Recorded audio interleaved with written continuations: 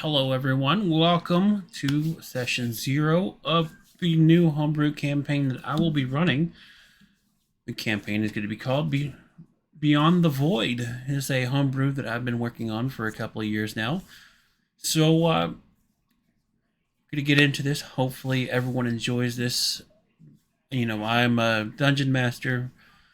I'm the dungeon master for this campaign, and I'm also a player. I've been playing this game, Dungeons and Dragons, for several years now. God, can't tell. And I've been both player and dungeon master. And when I tend to run dungeon master, I like to show some love to the homebrew campaign stuff. So let's get on over to this live screen, yeah. And we're gonna bring in our guests.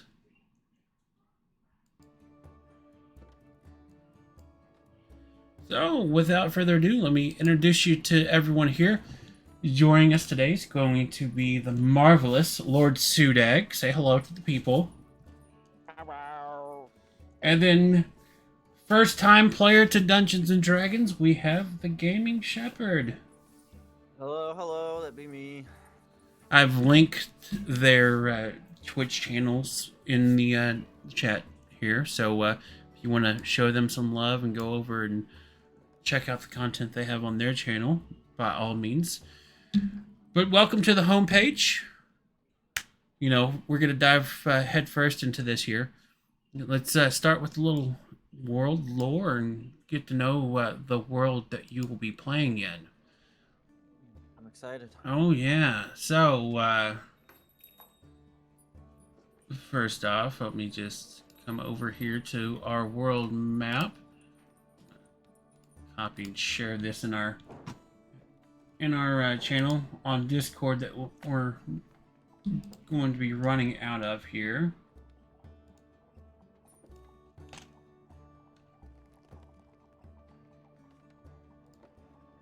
Oh. Oh.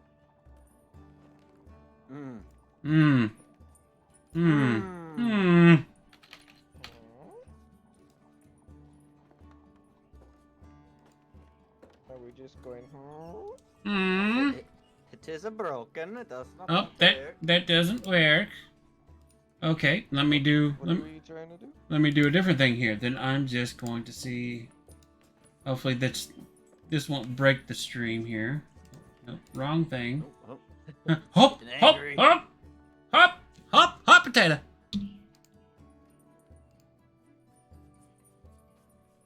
Cold potato? Something like that. All right, there we go. All right, so I'm sharing the screen over on our Discord with them, and then of course all you lovely people over here on the Twitch have view on the stream. So this is the continent of Belantia. So we have two great groups in Belantia. So you have the Great Western Empire that consists of all the countries that are west of the Eldaron Mountains, right here in the middle here. So all of these countries on this side of the map are part of the Great Eastern Empire. The Great Eastern Empire's capital is run out of, I believe it's the Ceridian Empire. Let me take a peek at the notes here. Which we're going to get to this here in a second. Yep. Great Ceridian Empire is the capital country of the Great Western Empire. All the other countries, though they are labeled, they all fall under the Ceridian Empire's reign over the Great Eastern Empire. Then you have your countries on the East Coast that make up an alliance known as the Western Alliance. Each country is their own individual country. They have their own, royalty, so on and so forth. So your Eastern Empire, so you have the High King, who rules over Ceridian and all of the Empire. And then each of the individual countries have either a petty king or petty queen. So they're still a ruler, but they fall immediately under all the royalty of the Ceridian Empire. So they kind of have their own, they're allowed to rule their own country, but they answer to, if Ceridian says jump, all the royalty of the other countries go, how high, sire? or your highness. Versus, your Western Alliance, it's, very political, kind of like a democracy. Each of the countries have a vote. They come together, stuff like that. And then we have a neutral territory, which is the Eldarin Mountains. The Eldarin Mountains are made up of a bunch of free cities and villages that are ruled by the Adventurers Guild of Belantia. The Eldarin Mountains is where the Belantian adventurers call home. They also protect the only route that connects both sides of the continent together, besides the waterways, of course. So they're basically, they divide the two countries from each other. In order to get to one or the other, they have to go through the adventurers. So the adventurers are basically the last line of defense, and there is some reasoning and history behind why. So, who's ready for some juicy storytelling? Please do. Well, let's get into why the game is called Beyond the Void. So, the story goes as so. There is a story told that echoes from the great feasting halls and taverns down to the adventurers huddling around their campfires after a hard day's journey. It's a grim that tells of a time of great peace that was known over 500 years ago. A warning and reminder of why you do not delve into the matter of the gods and why you do not make deals with the gods of the Dark Pantheon. As the story goes, there was once a time known as the Great Peace. It was a simpler time in life when there were no great wars. No evil plagued the lands with corruption and deceit. That all changed one fateful day, however. High King Dothmoon of the Sidarian Empire, in his old age, grew tired of the peace and tranquility. He sought to leave a lasting legacy on the continent of Belantia for his children and their children. So, he let the agents of the Dark Pantheon whisper sweet temptations into his ear, corrupting his views and beliefs and turning him from the path of the Light Pantheon. He made a deal with the Dark God, who made a promise of conquering the lands of Belantia and creating the greatest empire the world has ever seen. In exchange, he and his family would aid them in opening the Great Rift to allow the Pantheon access to the material plane. With his agreement, the Great Pantheon War brought the evil and corruption known today to the material plane, opening access to the agents of evil and chaos to rain hellfire down upon the world. The empire quickly grew and expanded with its quick amassed armies, courtesy of the god Zir. The empire's influence quickly reached the Eldarin Mountains and began threatening the last of the free kingdoms. The last kingdoms banded together, creating the last defense, and created the Western Empire Alliance. With combined forces and the aid of the Belantia adventurers, a last line was formed at the foot of these mountains, where a final battle would decide the continent's fate. With their backs against the wall, a final stand was made in the adventure capital of Liefenbrunn. It was here that the scales of fate would finally swing in the Light Pantheon's followers' favor, as the last five surviving members of the Star Metal rank of the adventurers could be. Hold on, let me see here. I jumped a couple of sentences here. The last 5 surviving members of the Star Metal rank of adventurers would sow their names into the Book of Legend. A siege of the city began from the land and the sea by the Great Empire to break the last lines of defense and gain complete control of the continent. For 6 days they laid siege to the city, but were repelled each time. Then, as the dawn broke on the 6th day, dark, solemn bells could be heard striking the earth. At the end of the 6th toll, the sky tore open, and from it a void to the plane of Dark Pantheon was made, where the armies of Zir and the other dark gods began their descent upon the material plane. In response, the goddess Mara allowed her children, the gods of the Light Pantheon, to intervene and fight the forces. A great battle ensued on land, sea, and sky between humanoids and gods. Scales tipped back and forth with no clear victor in sight. The six stepped forward and went toe-to-toe with Godzir and his puppet, King Dothmoon. When the dust settled, the remaining 3 Star Metal adventurers stood battered, bloodied, and war-worn, with heads of the god and the king held above their heads. With this, the Dark Pantheon forces withdrew from the battlefield, and the great void closed behind them as they fled back into the Sky Rift.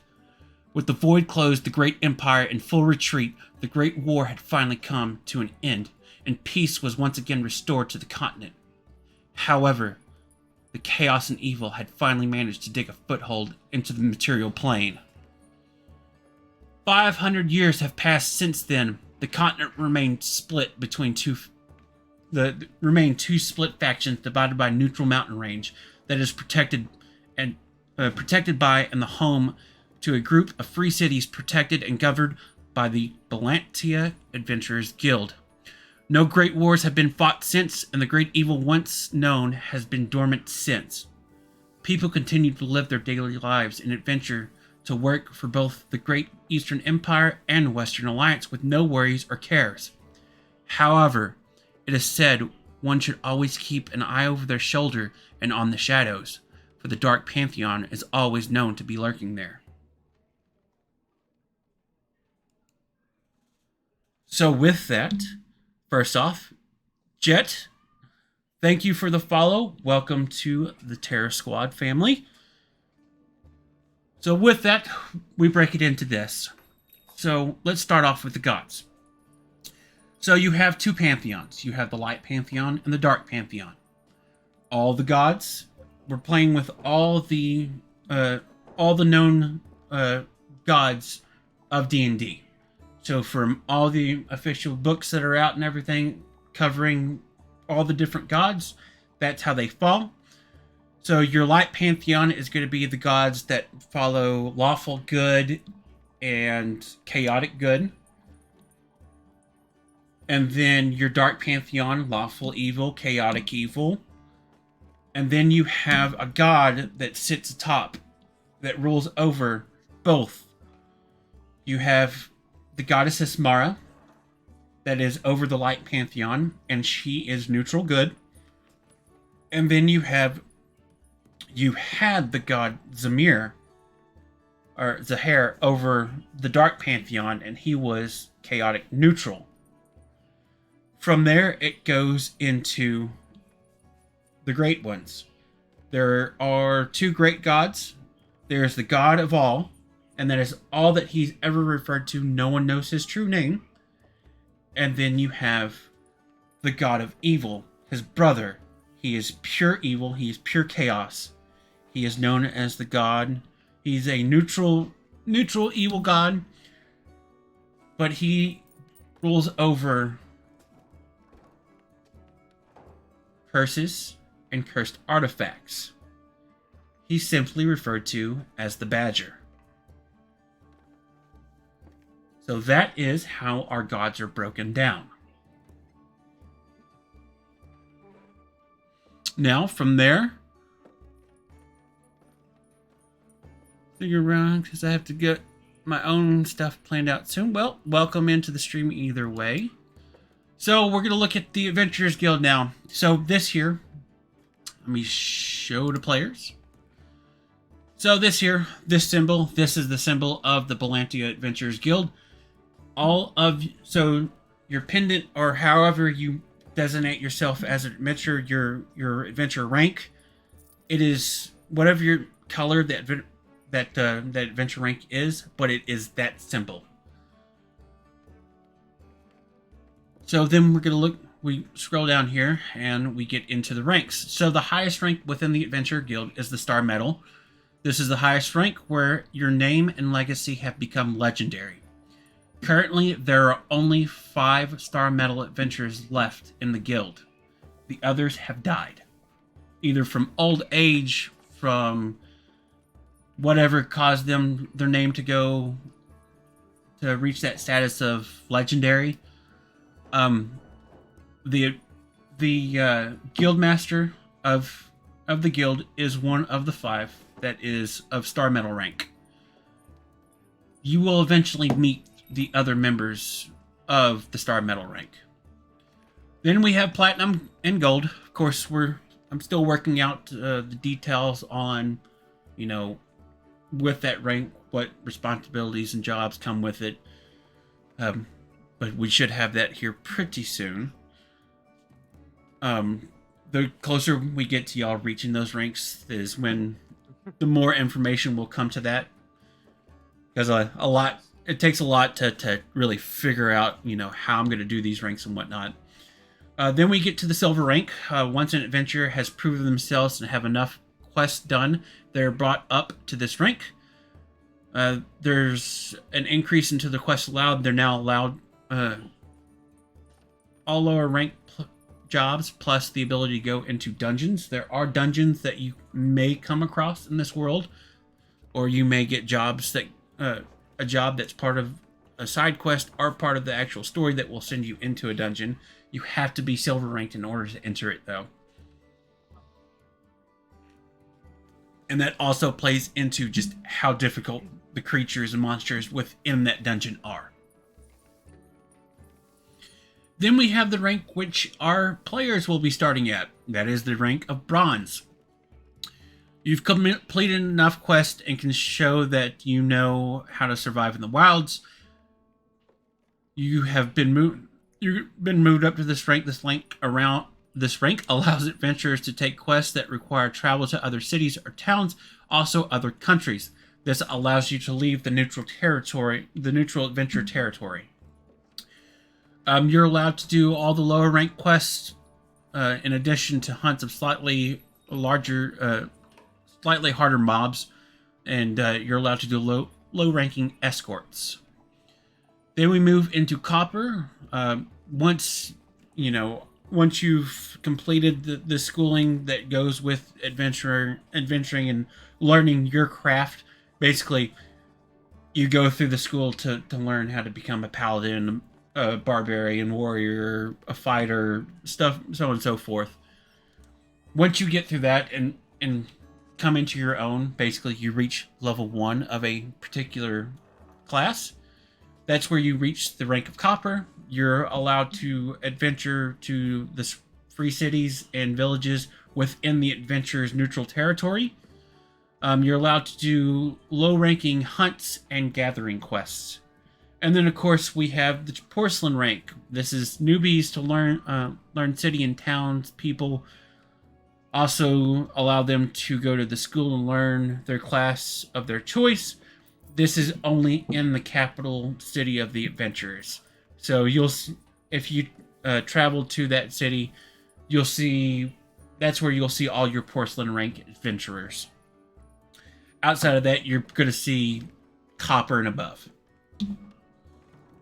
Now, the way that you rank up, it's one, by completing enough quests to rank up. You're allowed, once you've reached enough quests, performed enough actions, you can submit an official request at a guild hall, which every country has a branch of the guild hall. The main hall is in the capital adventurer city. From there, they will look into it and make a determination. You might get interviewed. They might have you do some other sort to prove that you're able to go up to the next rank. Or if you do enough that your name starts getting bigger and bigger, they will automatically promote you to adjust to, the legend that you're building for yourself.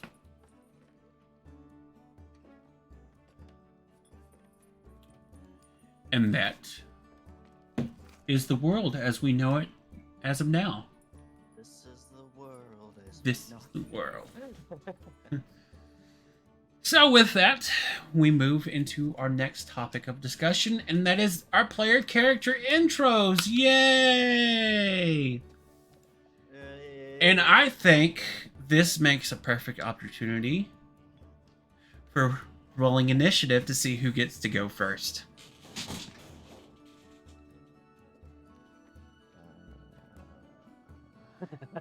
So, you just pull up your character sheet and you just click on initiative.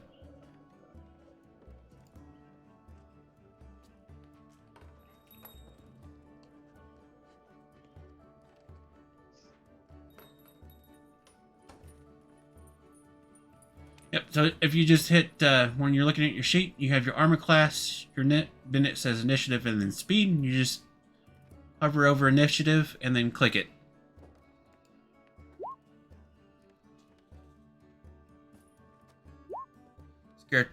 Scarecortos? Sorry if I'm butchering that. Welcome to the stream, family. Alright, well, it looks like the newbie's going first. Of course I am. Why wouldn't I be? Why wouldn't you be? Oh, why Look at the that hell beautiful not? roll. Even though 14 Suda had a, what's up, Blackout? Is that like a modifier? The 418? Yes, so it's your dex modifier. I still rolled higher with the low acid. You rolled 13, yep. Alright, so if you just want to, introduce your character, tell us a bit about them, the name, who they are, what class they are, a little bit of their backstory that you want to, if any, that you want to share. Okay. Well, my character's name is Seraph. He is a dogfolk. Subrace is a working hound. He is a paladin. Comes from a mercenary company. A little bit about him. Being that he's from a mercenary company, most people that were there were his family members. A lot of them were very honorable folk. Some of them were pretty famous within the company. Not a lot of them made great decisions. Some of them came to tarnish the family name. So, Seraph is on his own kind of personal mission to restore that name to what it once was. Yeah, and I think, with how well known that mercenary company is that your character is part of, a little bit of extra lore for for our players and for our viewers is, this is a story that is known among the people, so the other adventures and people like knowing who you are and what company you represent kind of give you a cold shoulder sometimes, just because of how dirty the corrupt members of your family did.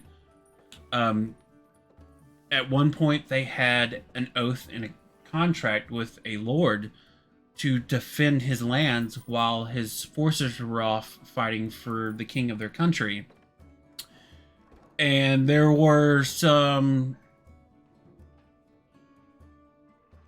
unsavory folk that, slid coin in the right direction, and enough of it to where his family members betrayed the lord that they were sworn an oath to, killing that lord. Let me pull this up. I'm gonna give you, it's a very synonymous story, and it is referred to where in the notes did we say it was referred to? It's referred to as the Bloody Night of the Weeping Willow. So, his family, they had sworn an oath to protect Lord Jareth Willow of the Willow family. And with Lord Willow's armies away serving the king of their country, the Lord's enemies took the opportunity to bring down the Lord. They slid money into the right hands of the mercenary members of Seraph's family members, and they betrayed the Lord, killing him and all of his family, and turning the keep and the lands over to the Lord's enemies. Now, as we played, more of this character's backstory is going to come to light. We're going to learn more about what exactly happened that night, who was behind the getting the family to betray the Lord they swore an oath to. The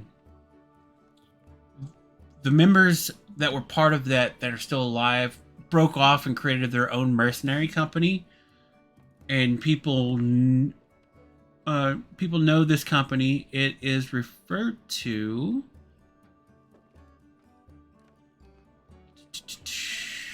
Digging through the notes. Here we go. So all the family members, all of his brothers and sisters, aunts, uncles, all of that, who were part of the Lord's assassination, they broke off and created their own company called the Blood Moon's Lear. They do work for the highest bidder. Now, if they get a contract, a little bit about them, like how they operate is, say someone pays them to go kill a person. They go to kill that person, the person's like, I will triple what they are paying you, and here it is all up front. Well, they're going to turn around and go back and kill the person that paid them to do the job in the first place. They are all about the money and whatever, improves their status through money. Very cutthroat of them.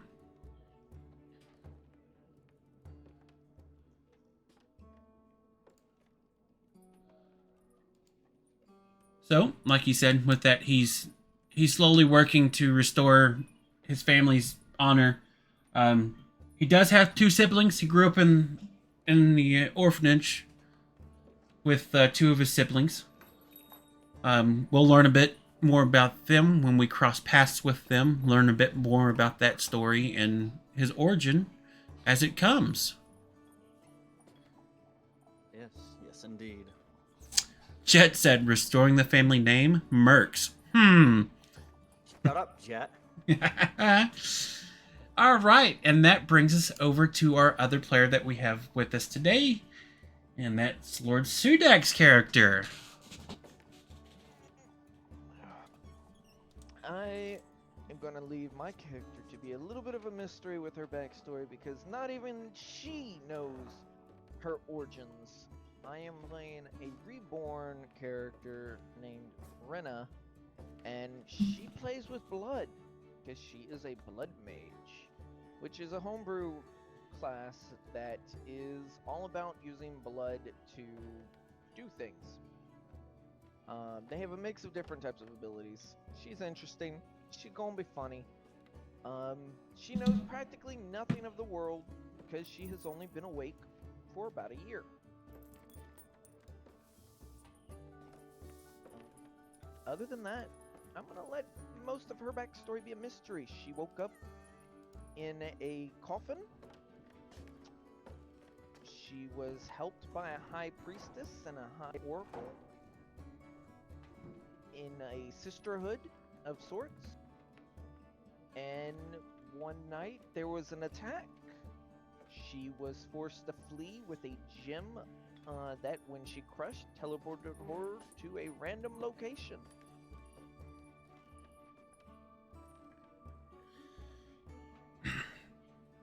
Cool. Now, something I forgot to mention is on Seraph's character, he is playing a dogfolk, which is a homebrew race. Now, there is some homebrew stuff that I have allowed for the game. Anything that's homebrewed has been cleared by me. I've dug deep and looked into it, made sure it's not going to be anything that's going to be game breaking or anything like that. The dogfolk have a hilarious backstory, like origin that was written for them. And when I was reading it, it's one of the big things that, I immediately go, yep, this is approved. We're doing the damn thing. It has some, it doesn't have any game breaking mechanics of stuff that it would give. They get like dark vision. They get the skill of perception, and he gets a bite attack, and then the working hound adds a little bit of extra damage to that bite attack. But what sold it for me was the origin. In the origin, it says that the dog folk were a race that lived on the Fey Plane.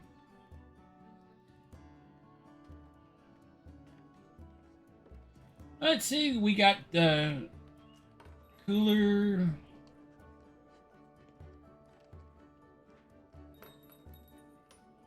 Cooler did not. That is a hard name. I'm sorry. Cooler Danton Goonie, thank you for the follow. Welcome to the family. So the dog folk, they originated in the Fey Plane. They lived on the Fey Plane with all the other Fey races. They were happy and peaceful, living on that plane of existence, and then they learned about the race known as the Tabaxi. And in it, it says once they learned of this race, they left the Fey Plains in preparation for a great war with their greatest enemy. So it specifically referenced that they absolutely despise the Fey race. Or not the Fey race, the Tabaxi race. So that's Definitely make things interesting. It's gonna make things interesting, yeah. Oof. I have a bad feeling I'm gonna be a mediator. Oh, it's gonna be great because that brings us to our third player who's not here today, and that player that's played by Wise Man.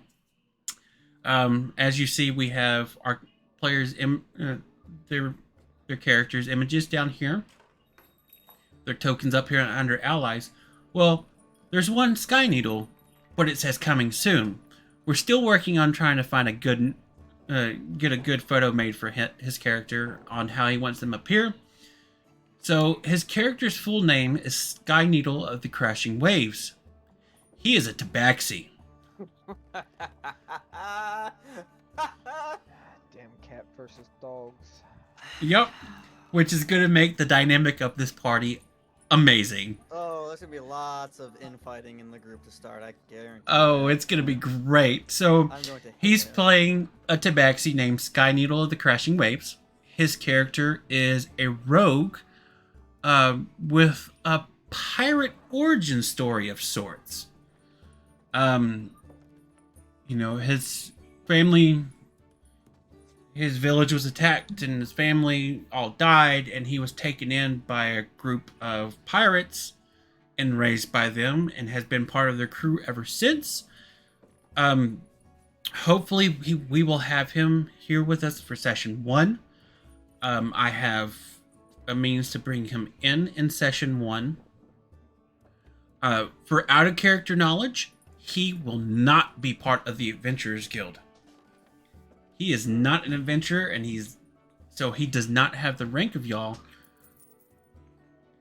But there's some things that's gonna happen in session 1, and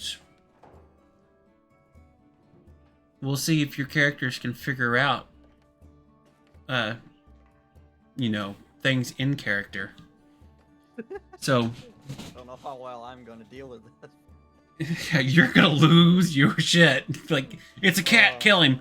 Kill the cat. Don't trust the cat. The cat is evil. Cat people are evil. I feel like I'm peeking over here. Let me bump my mic down. I keep seeing it bump up into the red, so hopefully that's a little bit better. Still, it's been a minute since I've streamed, so I'm still fine-tuning my stream stuff a bit. Studag's definitely gonna be the mediator between me and him for a while. Oh, definitely. So our party, the players of our party are a paladin, a blood mage, and a rogue. So, I talked with our players off screen, and we were going to do allow them to have a party of up to 5. I gave them the option of having 1 or 2 NPCs, and I think we decided to have 2 additional NPCs to round out the party. Now, the way that these NPCs are going to work, these NPC adventures in your party are going to work, is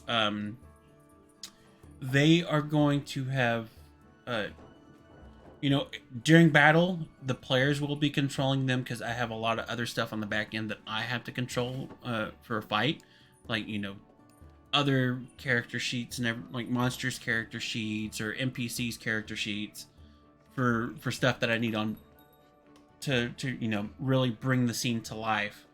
So during the fighting aspect of things, I'm gonna have y'all controlling their character sheets, hence why it's in everyone's able to see them in their player handbooks.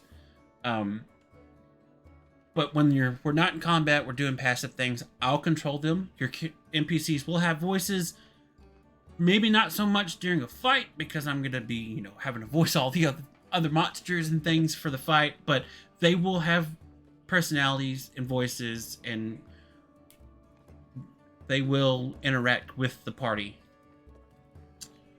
So with that, let's go ahead and, you know,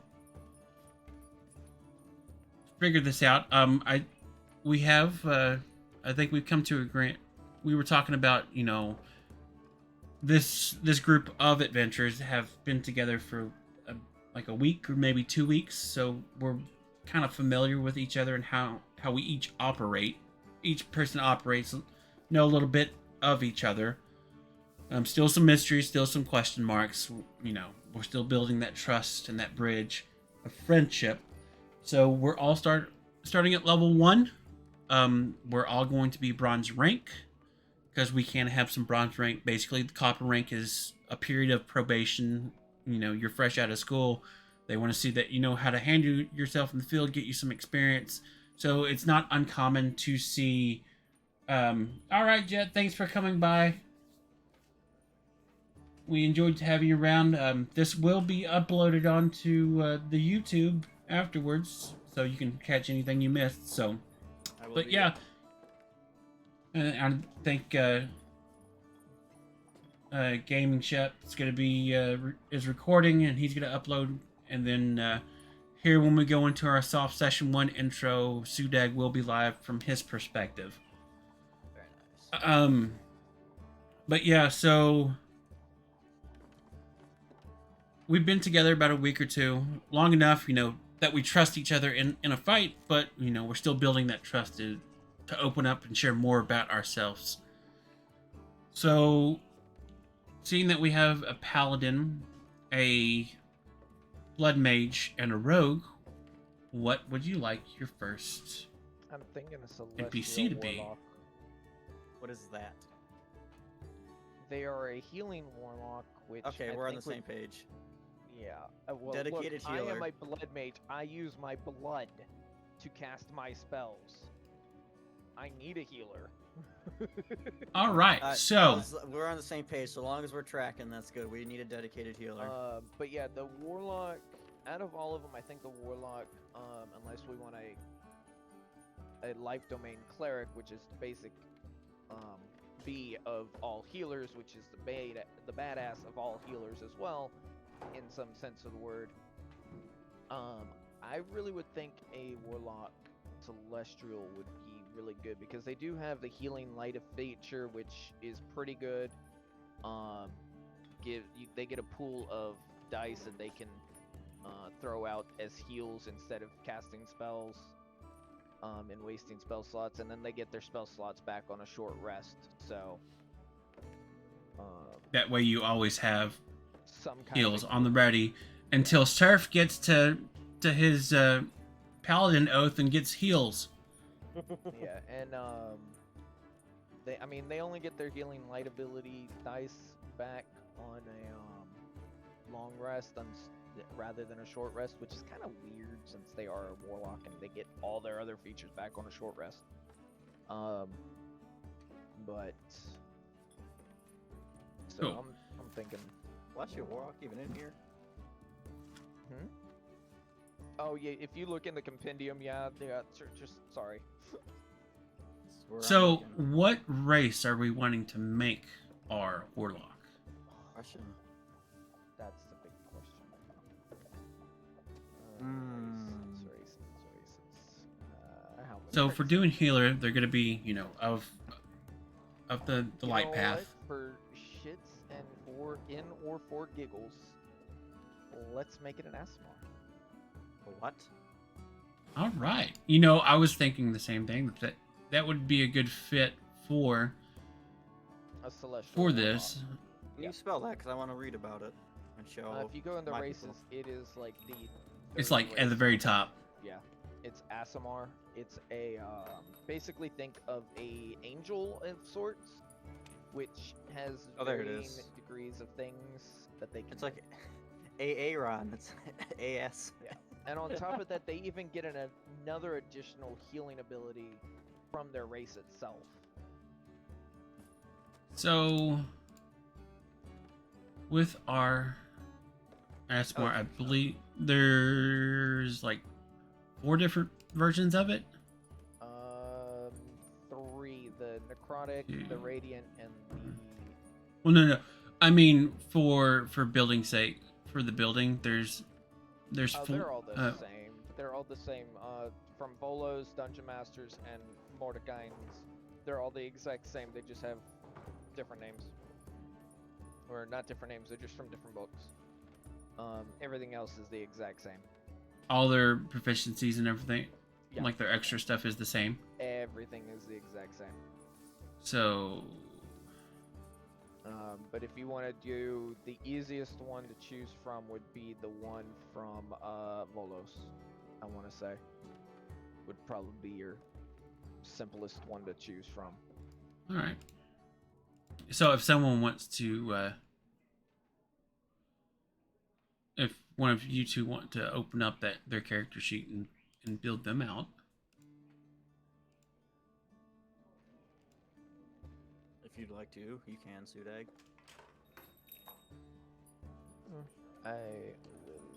Which one is it? I think you It can doesn't choose matter. either one. pick either one. Okay. Well, I see That you way- started on one. Yeah, that way I can go back here and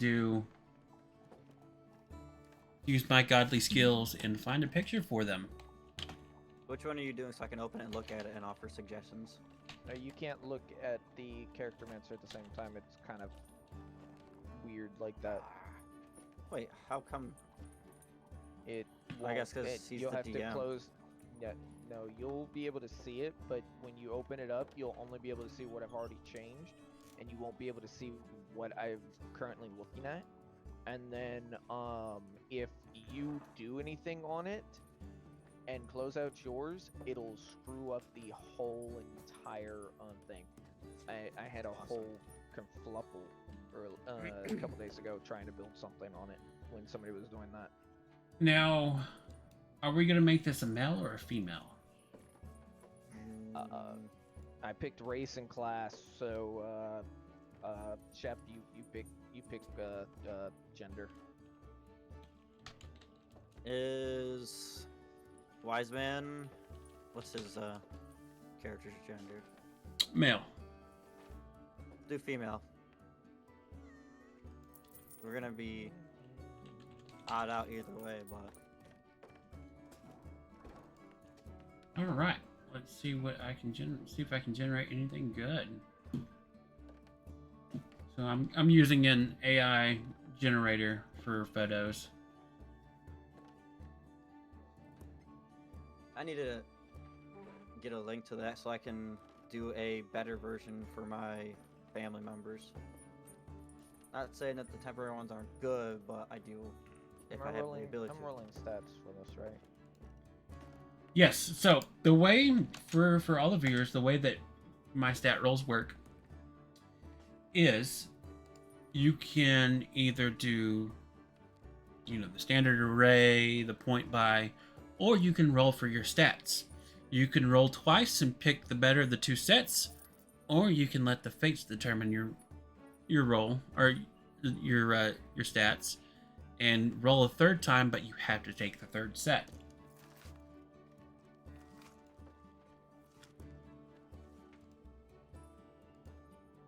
Okay, hold on now.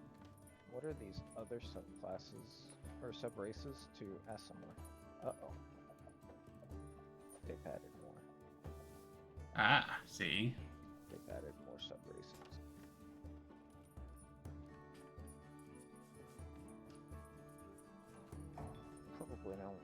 Probably gonna choose Protector, but Herald of Doom. Oh god.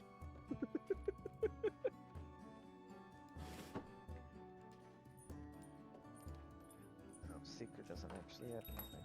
Okay. So yeah, we'll do Protector.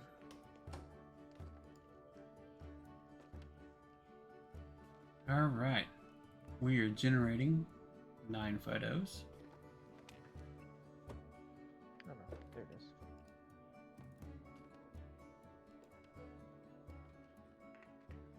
Oh, that's interesting. Seekers can turn into a cloud of blood. We'll do Protector though.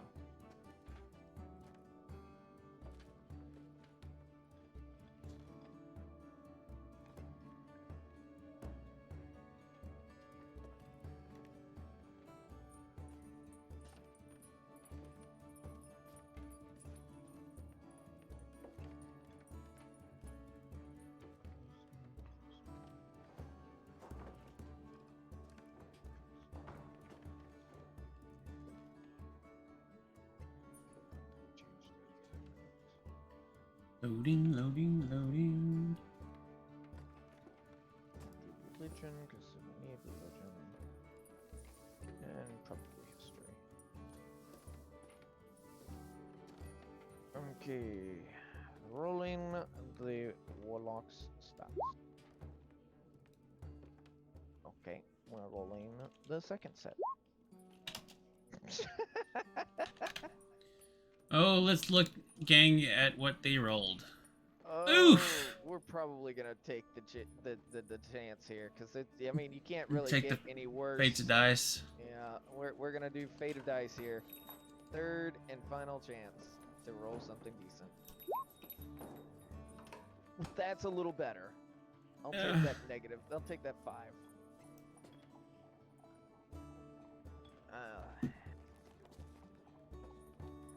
That's a little better. They don't need strength anyways. Yeah, I was gonna say, good thing. Well, they're not gonna be very strong, so hopefully you can find an item or something that helps boost that up, or someone's just gonna be carrying the Asimar on their back every time you have to climb.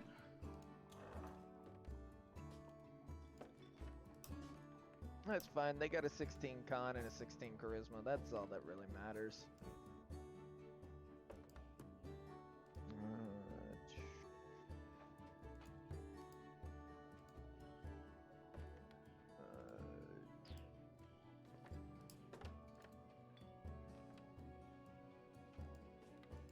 I don't know if background actually makes a difference for this character at all.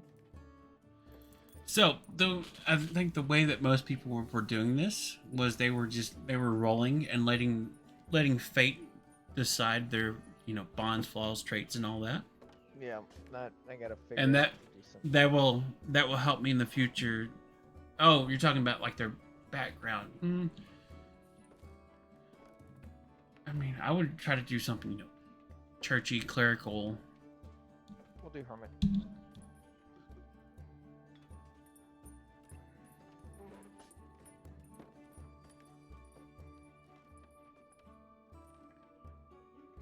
Okay, let's see. Definitely give them celestial, because they need celestial.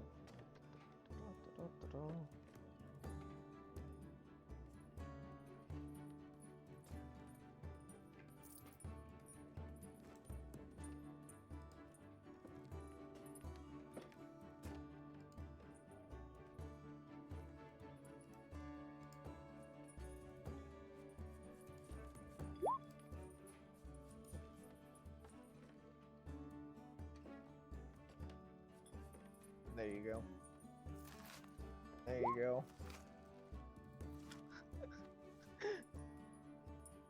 He causes troubles. Well, we know this character's not gonna bother dealing with the dog and the cat. No. Other members of my order or association. So, well, I don't know, because your bonds that bond is telling us that they're Bond in the flaw. Ideally, Yeah, they're, everyone else matters. All the other matters they don't care about. But they are very caring about their group.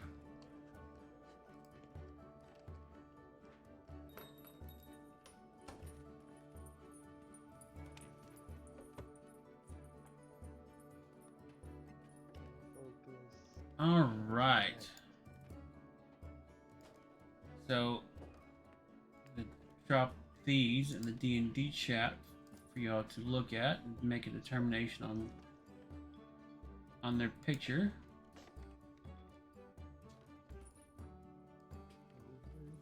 I was wondering why no one could hear me. It's because my dumbass had muted. Oops. Whoopsies. Brava. Yes. I was laughing at the things that were being rolled, and then agreeing with you on how they conflicted with one another. So this is hilarious. We have access to a cantrip that's called Cantrip. I beg your pardon. It's a cantrip called Cantrip. Huh. It tries to trip people, I think. It's a I'm- cantrip that can trip. Oh, no, wait, my bad. Until the start of your next turn, each time the creature tries to cast a cantrip whilst the spell affects it, it must succeed a spell casting check, or the spell ends, target moves out of range. All right, so I shared some photos with y'all That's too funny. in the D&D chat on the Discord. Okay, they gotta have Eldritch Blast because no respectful warlock would ever not have Eldritch Blast. Except this one. I'm kidding. Except this one. Gotcha. Gotcha. Trap. Veto bolt. Pins and needles. I do like those. Those look. Wow. That was pretty good. Ooh, that one kind of makes sense. Fits. Ah. It requires illumination. Wow.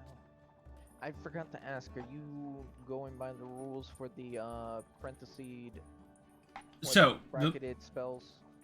the way that I'm working that is if it makes sense for that character to have, then I will allow it. I will overrule the parentheses. Okay. What about Starburst? It is yeah. You cause a mode of starlight to appear at a point when you can see within 60 feet. The mode explodes, dealing Let's look. 1d8 radiant damage to any creature within the 5-foot sphere or space. It is a charisma saving throw that negates the damage. It's not too I mean, strong, but it is. no. It's radiant damage. Yep. I mean, it makes sense because they're an Asmar. Yeah. Though I mean, Eldritch Blast is gonna kind of probably take precedence over that. Eldritch Blast is good, especially when you get knockback on it. Send bitches over the edge. The difference is the Starburst is gonna be it's like an AOE, so it'll hit a few different ones, where Eldritch Blast will only hit one until you get more rays. Right. So it's kind of good to have both types of options. What about Angelic Guardian? It's like Shield of Faith, but a little bit different. It adds 2 to the AC like Shield of Faith, but it also adds, if the target fails a dexterity saving throw while the spell is active, they can use the reaction to re-roll, and then the spell ends. So it's essentially you failed the dex save, okay, you get to re-roll, but you lose the +2 to your AC. Yes. I will because so they're an Asmar, which basically they're an angel. That's fine. So they're the more angelic Aasimar versus the demonic Aasimar. Yeah, so no black ribbons, which is necrotic. Doom I was think the it horrible. comes up with some good stuff.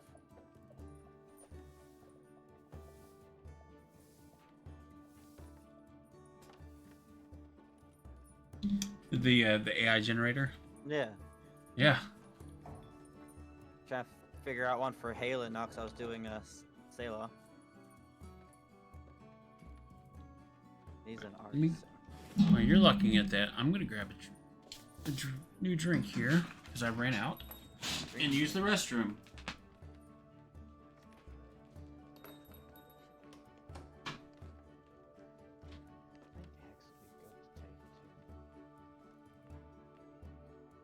It deals necrotic though. We could probably reflavor it to do radiant instead of necrotic.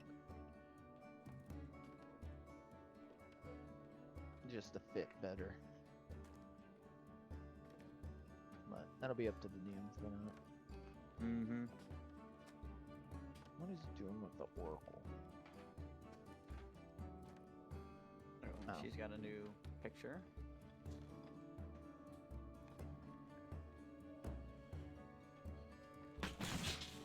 Okay. So I'm I'm back, gang. thinking of Hex, but reflavored for Radiant instead of Necrotic. Probably give it a slightly different name.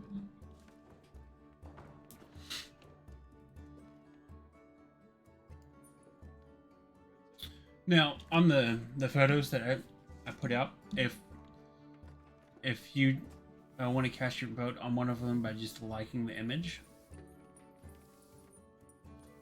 or I guess you just got to tell me which one. 3, 4, 5, 6, 8. All right, yeah. So it's just 1 through 14, top to bottom. That way I can get the token made for it and get it thrown onto the sheet here.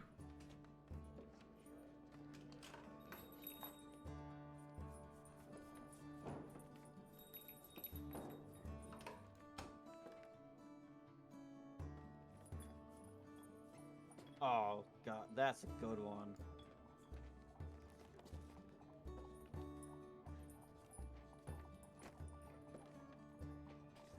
Oh my god, that one's even better.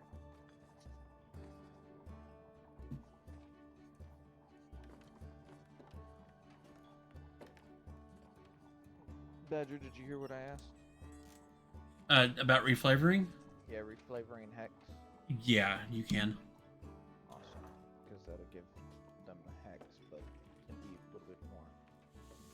Instead of necrotic, it deals radiant. Yeah. Yes, those are just temp pictures that we had up there. I got a better one. Oh, I forgot to choose my other one. All right, we will. I'll There we go. I'll get with you after it, and we can I forgot all about this patron. fix that up afterwards. I forgot all about this patron. The chaos Are you talking to patron. me, Badger? Yeah. Wait, what do you need to get with me after for? Well, you said the better pictures we can. Oh, I already switched them. Oh, okay.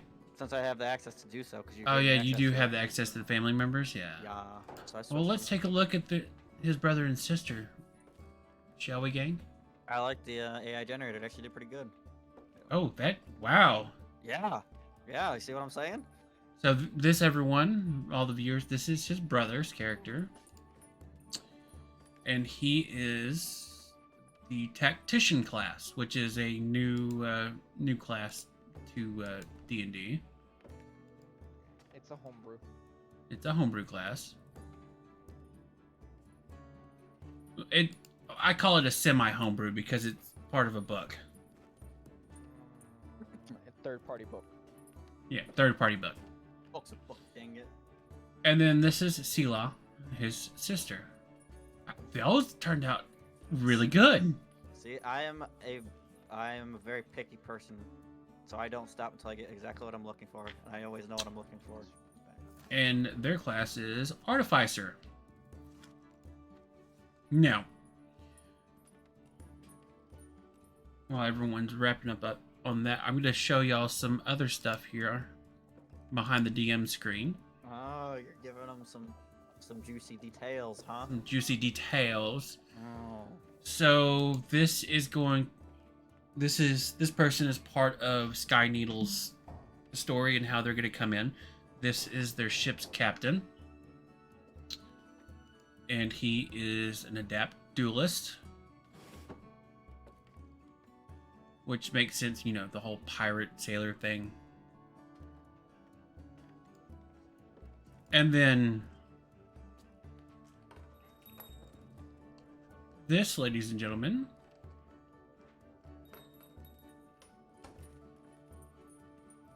it'll open. So this here is one of the Star Medal rank adventurers.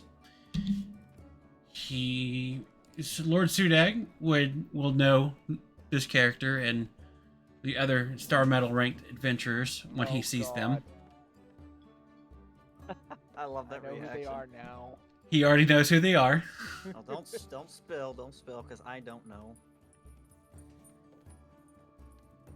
Oh, that still doesn't fix that. So, yes, their Is the names. Guildmaster who I think it is. No, Okay. At least I know. At least okay. Good.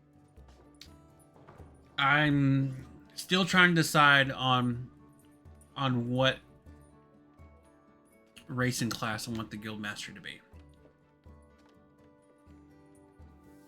Badger, I'm gonna be honest, the background music that you have playing, when it starts sounding like people are talking in like your ears, I actually take my ear cup off. I've done it 3 times now because I feel like someone is making loud noises in the house. I'm like, what the fuck is going Well, on? it goes with the aesthetic of the It table, does, and then when we go to the map where your tokens are at, it will make even more sense of why it is. Oh, I know. It's, makes sense. It's So- just, I know what it is, and it still made me look 3 times thinking there's something going on in the house.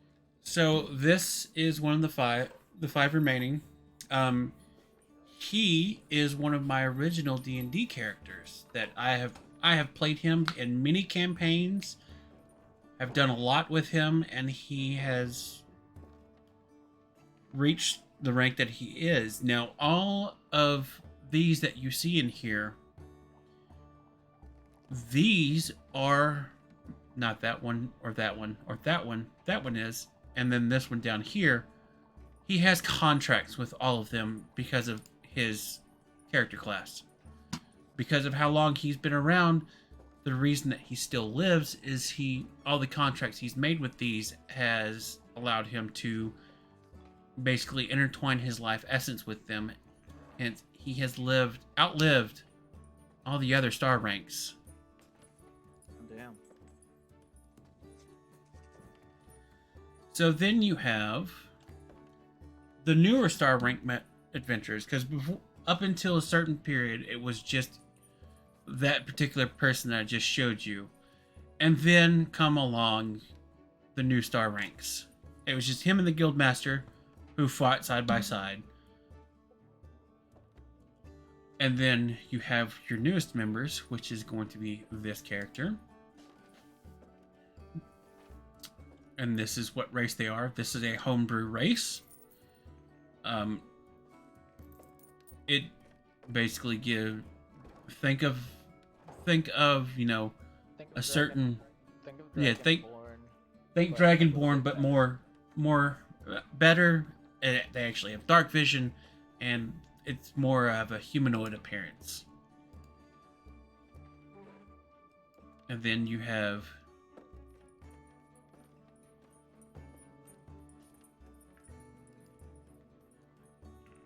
that character's other half. So, with this AI generator, I wonder if we can make better pictures for them now. Possibly. Though Be I something still that we'll like have to these. look into. I like these. I may or may not be doing that for Seraph. I'm like, now I want to know, can I make myself a really good picture Photo? of Mario? Yeah, I know you've showed me this, Yep. and now I'm going to run away with it. And then you have the leader of this group.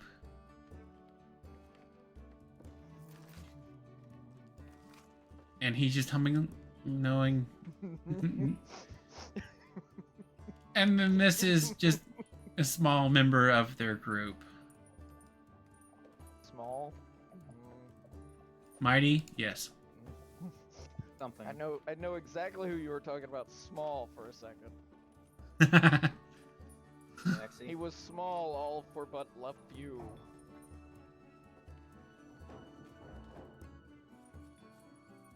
It's time to pump you up. So, thank I still remember that book I had in the last homebrew campaign.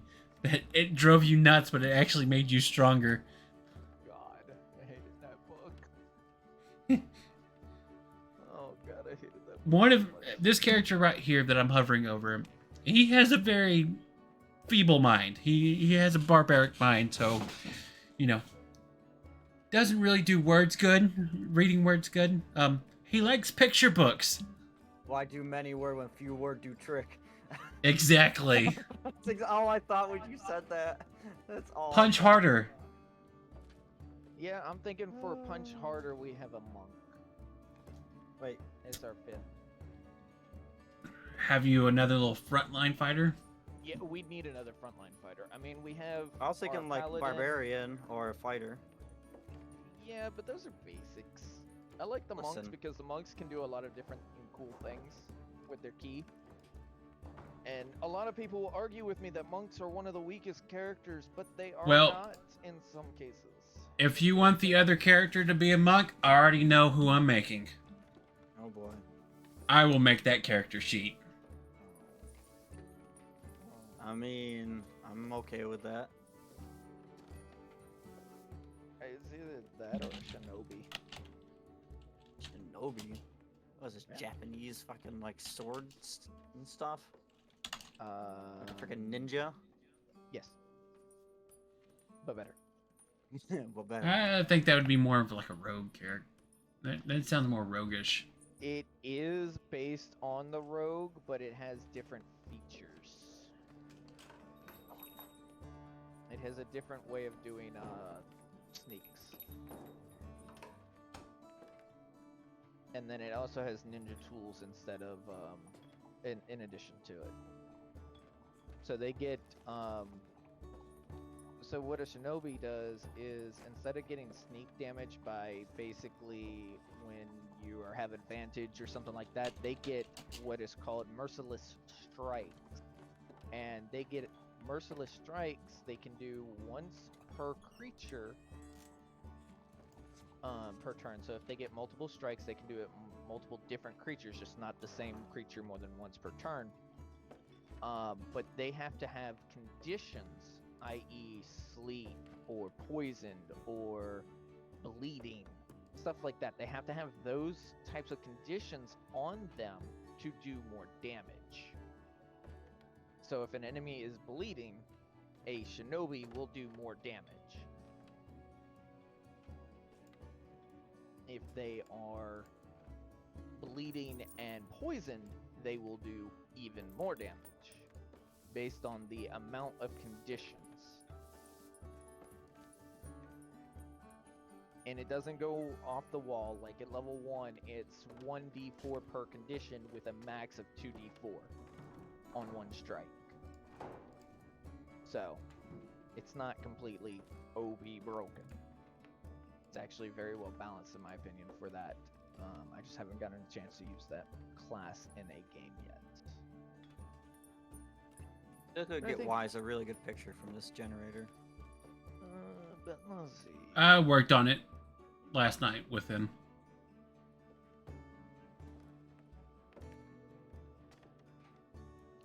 Oh, I found the perfect photo for him. For who? A monk? Uh-huh. Yeah. Just look at all the different monk subclasses before you actually decide on something, because you might find one that fits better. Gotta remember, you have access to a lot more subclasses now, Oh, yeah. so you might find a subclass that fits a lot better than what you think, than what you used to use. All right. He's going to be... I don't think they get to choose their style until 3rd level, right? Yeah, I think it's like the paladin. Yeah. Way of Chaos. So, those won't be. That's a monk tradition now. Maybe someday.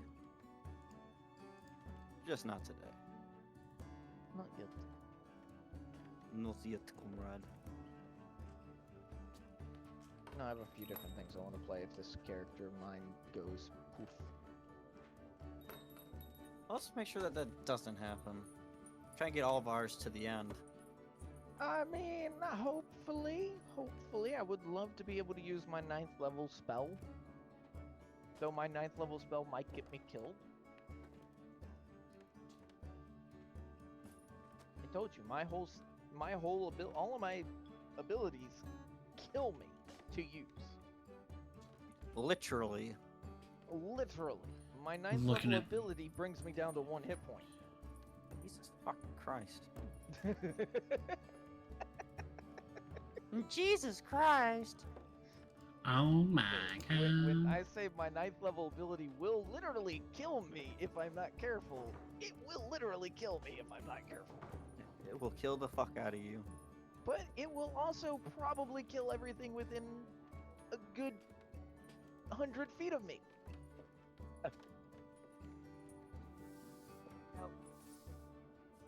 Alfred's said spell will only be used in emergency style situations. Oh, it will be, because it's a, okay, I am surrounded, boom, disappear 400 feet away. So like a misty step almost, but it like practically fucking kills you. Pretty much. A lethal misty step. That's just that. Yep, it is. About this one. Yeah. You see, it takes us a minute to get through this because there's so many. Lots of moving parts.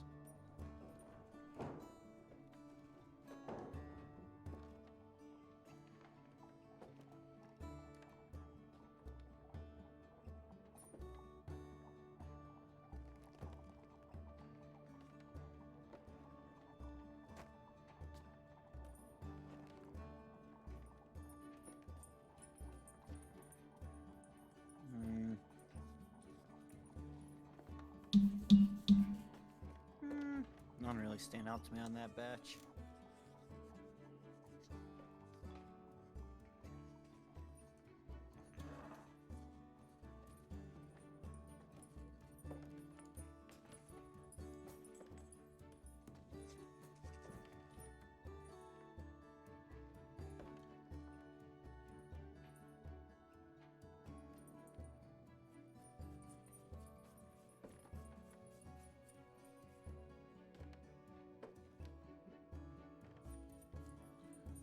Ooh, I think, yep, we're gonna do that version for him.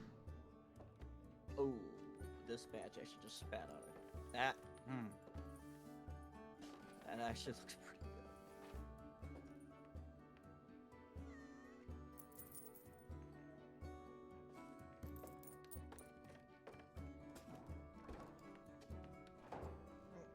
Wait, okay.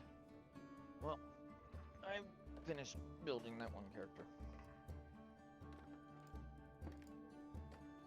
It's actually almost probably the best one I've seen so far.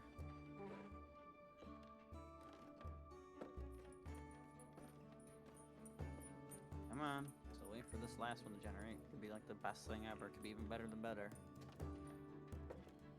Okay. Now we roll for his stats.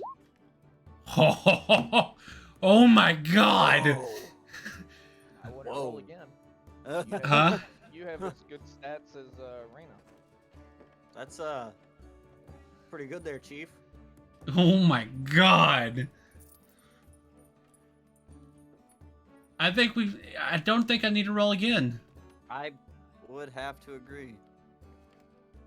I mean, you can always roll again to see if you get an 18. No, that's like playing blackjack. I mean, you get. I The can way just- we're doing stats, you get to choose your. Let's just see what it looks like. Yeah. Yeah, no, we're staying with roll one. We're staying with roll 1, so custom. Yep.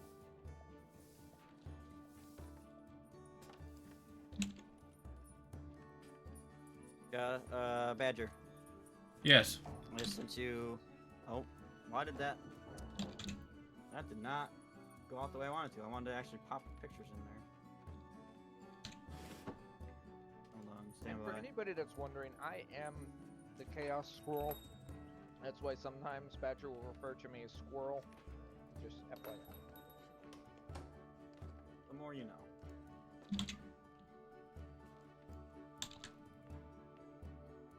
Will this come up the correct way this time? No. Oh, Badger is actually the one that gave me the Squirrel moniker. sorry for giving you a bunch of ghost pings. I'm trying to make these send to you, but they won't send. I assume you have to use a file converter to make them actually come up as a PNG. Probably. I just saved them as photos. I'm gonna convert these really quickly, so I can show you, so you can give me. Now I'm looking at the the monk's gonna be a human. Mm-hmm. Okay. Okay. Now, should I make him a utopian variant or a standard variant where he gets a +1 to everything? The utopian gives him 2 additional skill proficiencies in strong-willed, which gives him advantage on being charmed or frightened. Yes, and then the variant gives him a feat, or the standard, which just gives him a +1 to everything. I would not choose the +1 to everything, just solely because you have a lot of evens there. Mm-hmm. So the +1 to everything is actually detrimental to you. Yeah, I think the utopians could be the best here. Is it dexterity that they use or strength that they use for their attacks? For monks, Yeah, Dex and Wisdom. dex and wisdom, right? There we go. Okay. You want your Dex, your Wisdom, and your Con to be high. Everything else is pretty much a dump stat. So you got pretty much your 3 stats at least 16.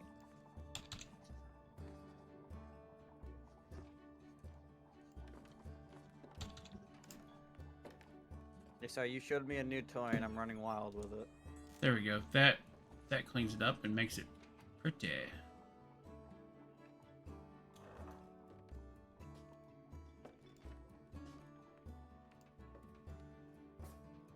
Let me jump over here real fast and look at this again. So it'll give him +2 to charisma automatically, and then we'll bump up his dexterity to do that. All right, that looks good. You could just do the Tasha at the very top of the thing. You could just click that custom origin thing and change where you put this that +2. Under race. Yep. Ah. It uses Tasha's guide's rules for stats. Well, You do that. And you should probably prefer, unless you want 416 stats, you might want to put that So- 2 into so- Wisdom or Dex. so without doing that, our friend's stats are 14 strength, 17 dex, 16 con, 11 intelligence, 16 wisdom, and 16 charisma. Yeah, I would. Your wisdom, your charisma is not really anything for the monk. Your wisdom and your dex increase your AC. So we want to... You want wisdom and you want dex as your mains. Wisdom. For your abilities, Dex. for your key abilities, and dex for your main attacks.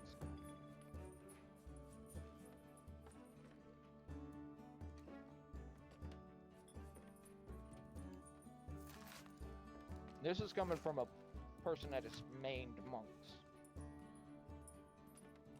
I love the So monks. we'll They don't get a throw whole lot of the blood. +2 on dex and then the +1 in wisdom. How's that sound? That should work. And that'll give him 18 dex and the 16 wisdom. And then all you have to do is on when he levels up, boost up his wisdom by 1 with a feat like observant. Yep. and then you can boost up his wisdom or dex on his next ASI to max.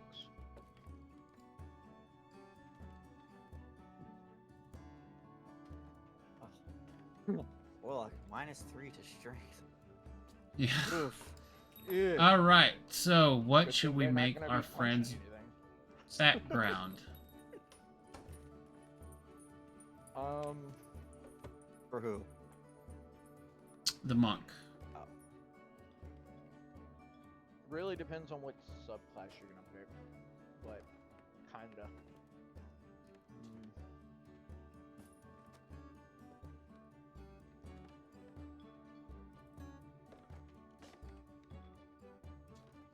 But then again, the way I usually do it is I just find one that gives me a feature I want, gives me skills proficiencies I want, and then I make up everything else.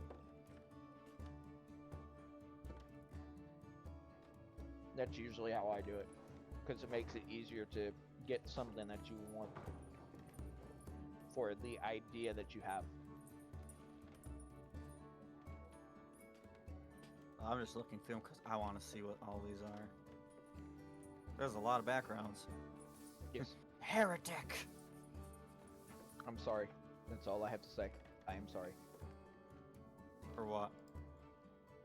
for the amount of books that you have to deal with in this game. Marine. Well, that's interesting. Probably not what I'm thinking, but...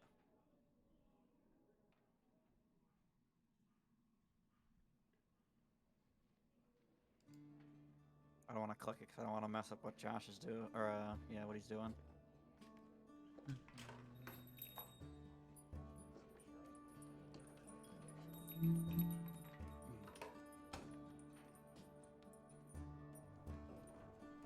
Plague Doctor.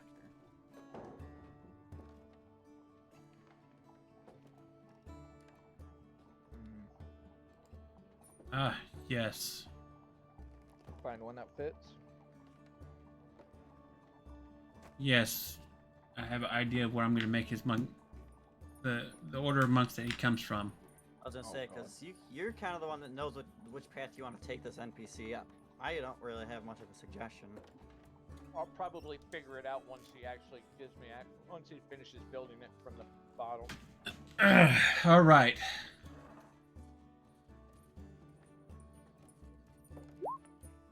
Oh, bloop.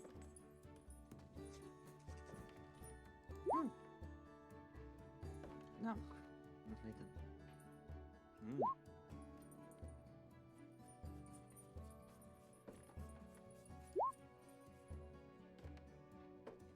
As long as you don't make him a mercy monk. Interesting.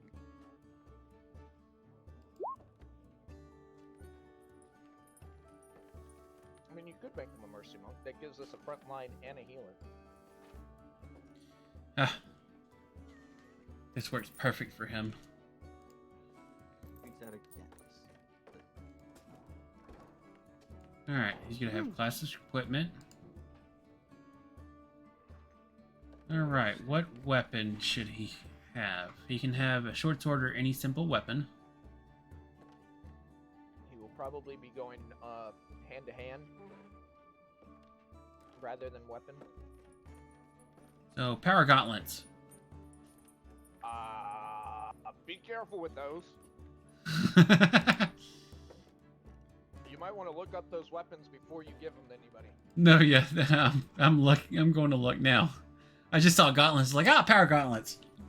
Yeah, those are from a space campaign. I'm gonna say the Called the Esper Fallout 4 Genesis. power gauntlet. The freaking power Boom. fist. No, they're from the Esper's Genesis book. I don't even know what that is. No, they are. All they do is bludgeoning.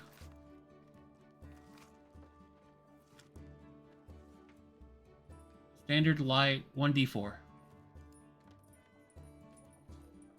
Yeah, that'll change with their martial dice.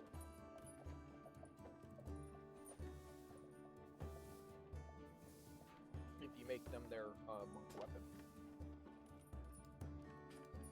Because Tasha's has a thing where monks on a short rest can, or a long rest or something like that, can dedicate a weapon Well, to be their monk weapon that uses their martial dice. when you learn of who his monk order follows, and him being the last of it, it will all make sense of why I'm going to choose this for him. It's all coming together. No spells. No feats.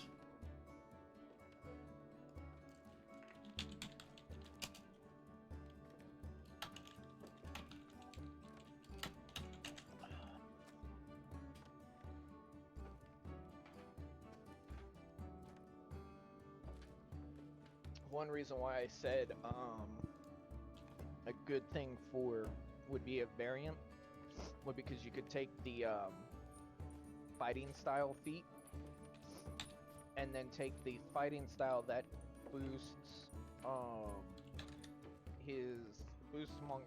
boosts unarmed Really? strikes to 1d8s, and he could be a 1d8 at the beginning instead of level 10. Build our character here. Let's get his lines are going to be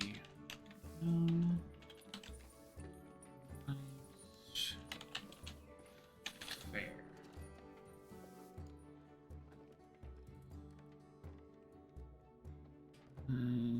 Your wisdom is blanked out. I'll fix it here once I finish this. It's being funky. It always is. You just don't go too quickly on your things and let everything spawn before you choose stuff.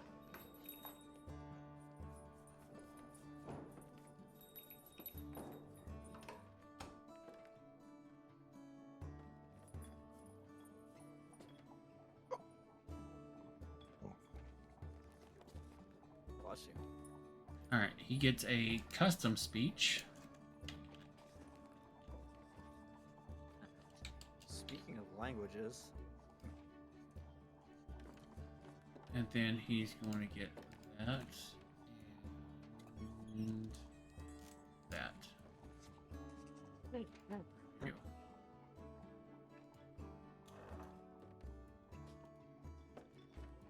yeah. 1, 2, 3, 4, 5 different languages my brother can speak.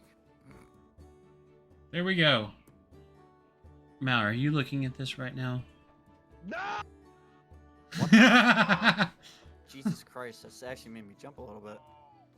Mr. Seriously? Is that what you named him? Badger? No! Why? No! I can't No. take that seriously. No! I can't take that seriously. A hero! No! Emotional Nightmares! damage. Nightmares! I don't get it, but obviously it's something that bothers the squirrel. He has history. Oh boy. But, alright, here's his languages that he speaks. Celestial, Common, and Squirrel. No, God. Wait, So, I squirrel. have- Is that a different language than Sylvan? Yes. Yes. Seriously, that's its own language. Okay. He is the last of, his bond. An entire order with my faith once preached the truth of my revelation, but I am the last of them. Mm. The one that is referred to as the all-being, the creator of all gods, everything, is the squirrel god. Then he has a brother that is the badger. Of course. The squirrel god is true neutral. He is beyond chaotic in the way that he helps people out and then drives them up the walls just in the same second. Yes.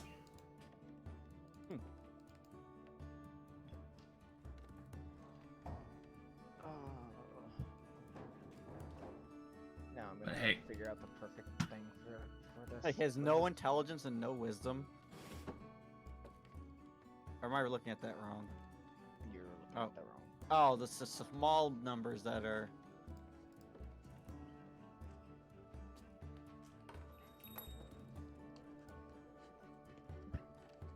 And then we'll get his photo on the. Badger, Or here. Yes. I don't think your stats came out right. They not. No, you have a 14, 18, 16, 11, 10, and 14. You want to fix that on his character sheet, please? Yeah, I got you. 16, 16, 14, 16, 11, 14. One should be an 18 and one should be a 7. The dex should be an 18 and the wisdom should be a 17. A 17. Okay. Because he had 3 16s. He got a +2 for. I put the +2 on the dex and the +1 on the wisdom. Also, And then Squirrel, we had- cast your vote for the for our warlock.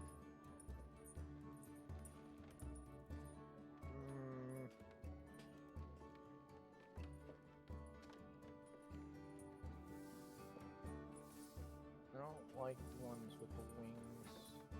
Yeah, I thought the same way. The wings are just too small. Because when the Asmar actually gets access to their wings, they're pretty decent size. Like an angel's wings. Yes. I like the last one, I think. The last one looks good. Yeah, last one's not bad. I was 4. I liked 4 because like the whoever it is in the background behind her.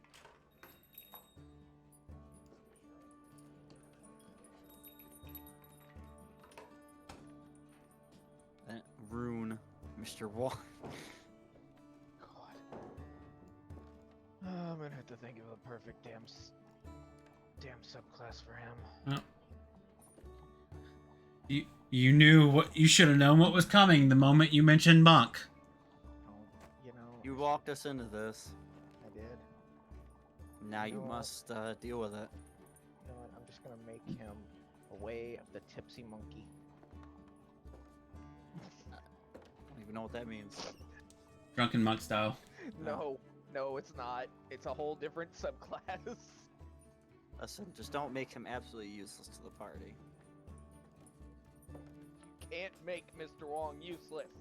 There's no making Mr. Wong useless. Just saying, just putting it out there. Just putting it Hey, out there. at least I didn't make his friend Mr. Popo. Mr. Nope. Nope. Just Mr. nope. Popo is a Nope. panda folk. Nope. As a panda folk? No. Yeah. Ooh. No, we're just gonna make him Way of Chaos. No. They practice drunken monk style. Drunken monk style. Yep.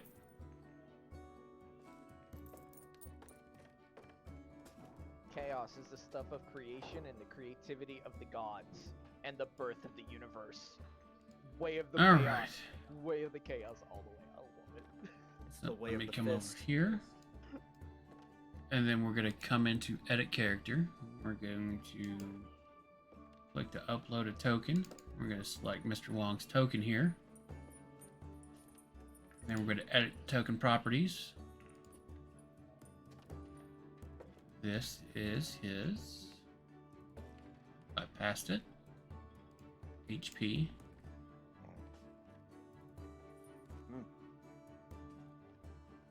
That is, this one is his passive wisdom, and then that is his AC.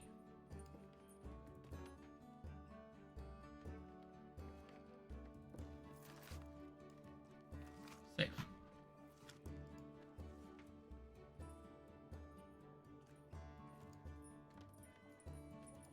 Now we bring him over here. Get his token on the board. Hey, look at that. Very nice.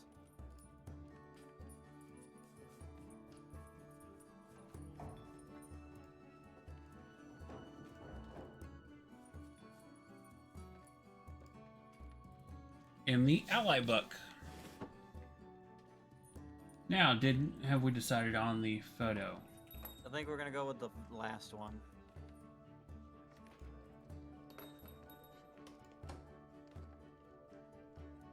Okay, so let me come over here.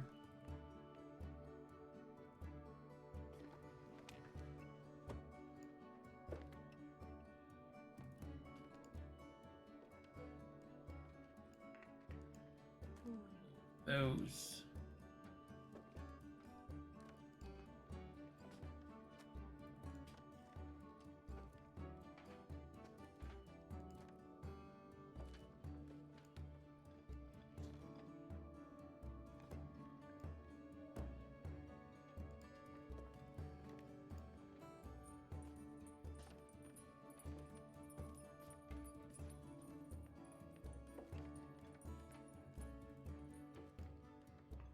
All right, and then we come over to their sheets.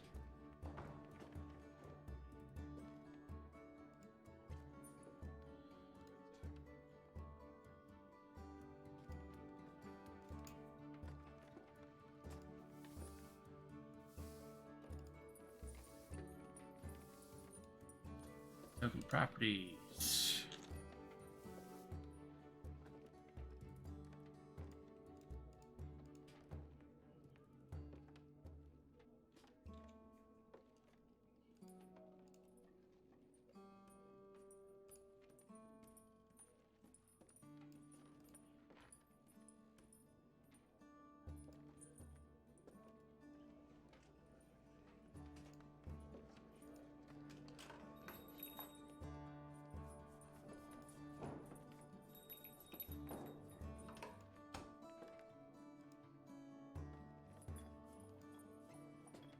All right, then we'll just need to get a name for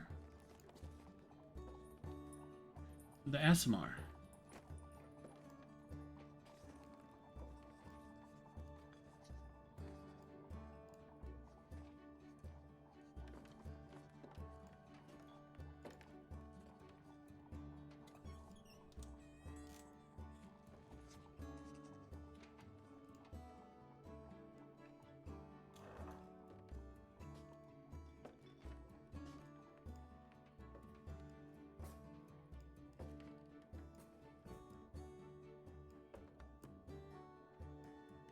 Didn't mean to shift that.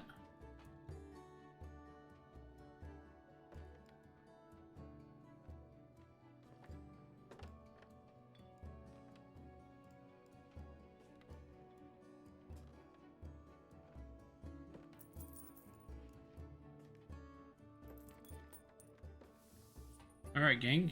Any name suggestions for your Aasimar?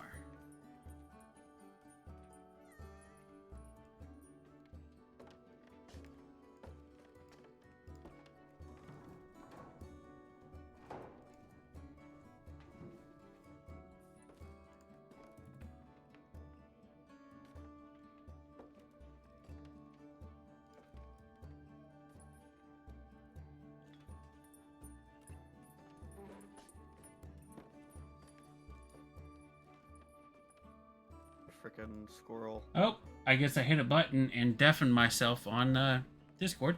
Yep. All right, we just need to get our name for our Aasimar now.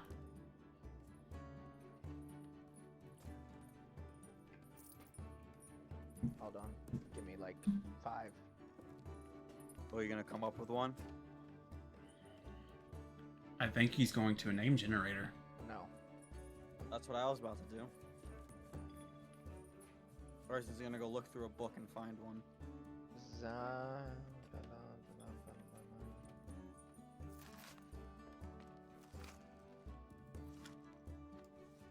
Zontaria. Spell it. So can you spell that, please, over the radio? Zonteria. Zontaria. Zontaria, common spelling? Yeah. Zontaria. See? That look, it says Zontera. The A might have a little asterisk above it to make it Terra. Or Terria. whatever one of them fancy things are that goes over Yep. it. Fancy thing. All right. Fancy. And with that, our team is set. All except our pirate who's not here. All except the pirate, who is not here, but he will be coming in a different portion. So, Seraph, Reyna, Zontaria, and Mr. Wong are all bronze-ranked adventurers. Mr. Wong is a special being. He's a human, but he's 60, but he's a special type of human. He has special blessings that he ages very slow. So right now, though he looks 60, his body is the age of 20. Like a very fit in their prime monk. Bless you. Sorry.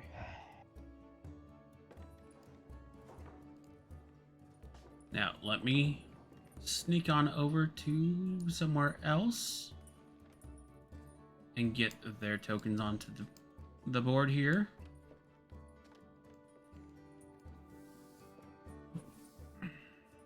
Now, with that, we have completed our 3 steps. Our world lore intro, player character intro. We've built our NPCs. Now comes the time that everyone has all been waiting for. I've been dying. Ladies and gentlemen, boys and girls of all ages, he's, thems, and A's. Welcome to Beyond the Void. Yes.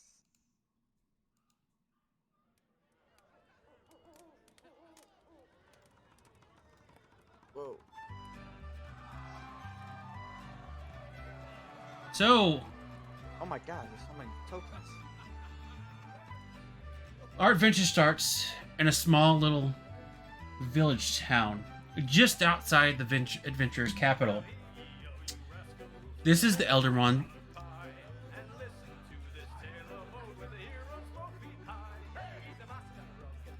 So, Zudag is about to get his stream launched here.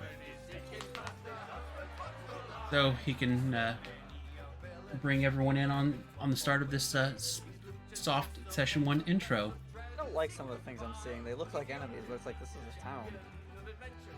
This is an adventurer's town. So these are all other adventurers that live in this village. And I'll explain a little bit more of that once we... Hey, that's a good Yankee.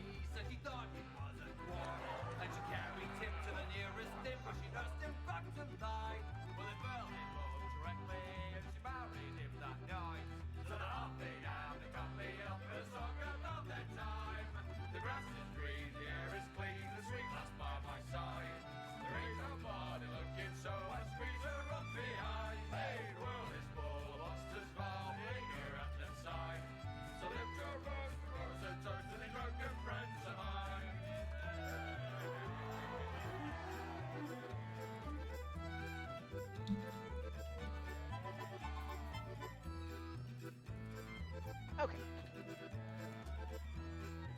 Sorry, had to do my intro. And everyone, this is Rex Gaming, aka The Badger, and Gaming Shepherd.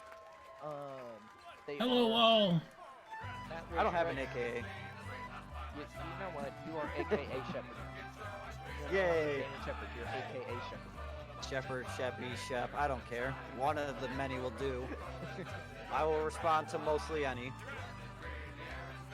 So let's go ahead and get going. Let's do it. Uh-oh. Alright. So, we're looking at the world map here, just so y'all get an idea of where you're at. Go ahead and we'll tab over there so you guys can see this. Apparently I don't think I can show. You can. I found a way to do it. You gotta share like an application and then full screen Discord. So weird. Yes, you have to set it up in OBS. Well, if the people want to see it, they can look at back at my stream to see the map and everything. That's true. That is true.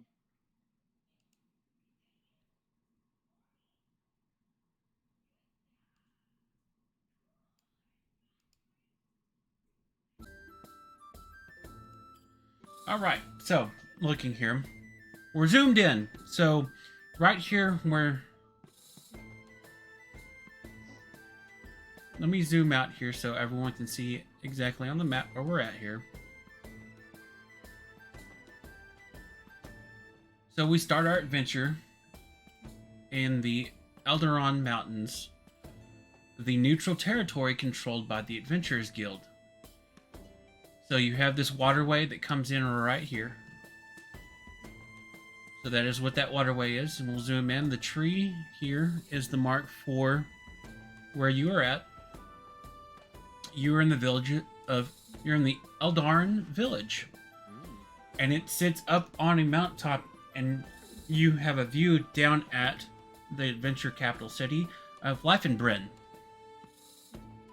So, this is where we are. This is a village where a lot of adventurers live in between their jobs. So that's all the other tokens that you see on the board here. These are all fellow adventurers. You have wizards, warriors, sorcerers, clerics, various different types, various different races. Everyone lives here in harmony. Our adventurers are currently in the tavern down here, being served by the illustrious Mr. Wong. Go figure. Mr. Wong is behind the bar. Wonder why he's back there. Go figure. So, this is where we begin our story. Y'all have just come back from completing a extermination quest in the mountains. You took out a goblin encampment. You just made it back to the camp, to the village where you all live. And so we begin. That is a tiny big person. Yes, it is. They're a dwarf. I'm sorry, we were all thinking it. I wasn't gonna say Yeah, anything. that is a... Let me see. That is a dwarf cleric of the brew. Of course it is. Yes. Him and Mr. Wong are best friends. Of course. Of course they are. His name is Jerry. I did. You know what's canon Anyways. now. You better write that down somewhere because I'm gonna ask. Yep. It's Jerry. Jerry. Fucking Jerry. Whew. So Mr. Wong is behind the bar pouring up drinks for all of you. Okay. That was very hard work. We all deserve drink. Miss Warlock, I'm sure you want the water. Don't turn it to wine this time, okay? None of that the hoodoo voodoo witchcraft shit, okay?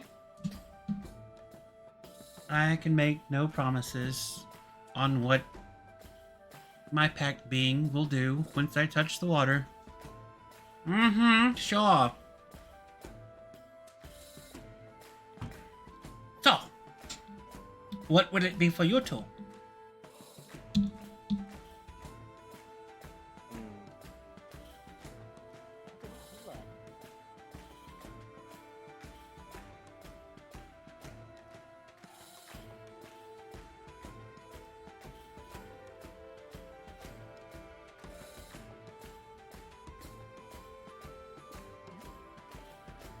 Yes?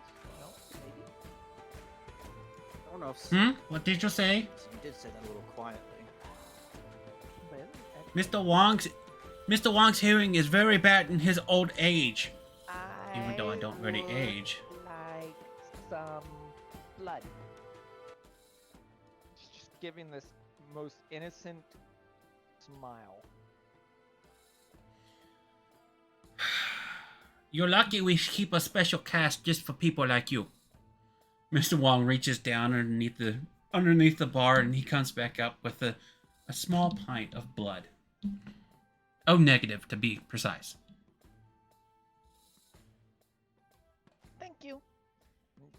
Mm-hmm. She just Yeah. starts playing with it. She doesn't even drink it, she just plays with it. Like, you see, if you watch her, for moments in time, you'll actually see the blood beginning to bend and swirl and come up in bubbles and then drop back down. She's just playing with it. You know, it's very rude to play with your drink. Mr. Wong perks up, turns back around. What did I tell you last time? No more playing with drink. You drink it or you don't order it. Stop wasting product. Seraph sits there just side-eyeing and watching, not saying much, just You playing with a empty mug that did have ale in it. You hear the door from the table behind you.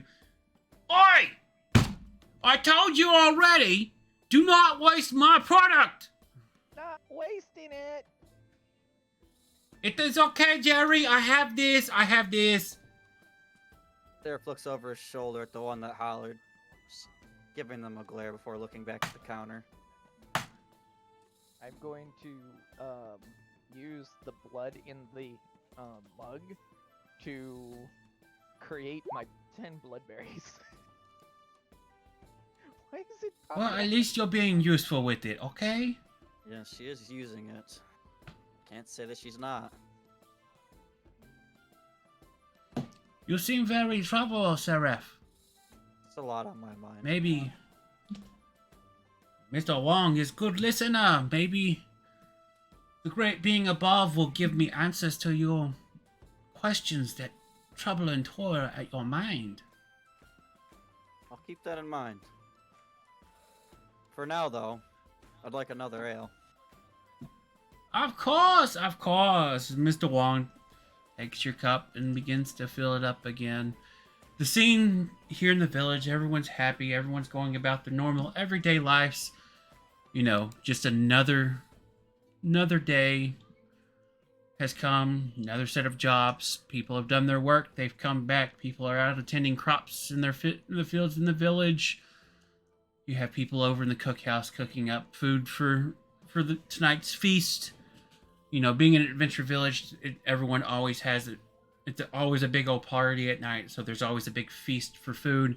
Everyone's kind of, you know, in between that work for the day's journey and quest that they've done. You know, malingering about the village, talking to each other, sharing stories of what took place. People over in the forge working on armor, cleaning up their equipment. People up in the chapel praying to their gods and whatnot. Just very, you know, happy, joyful life.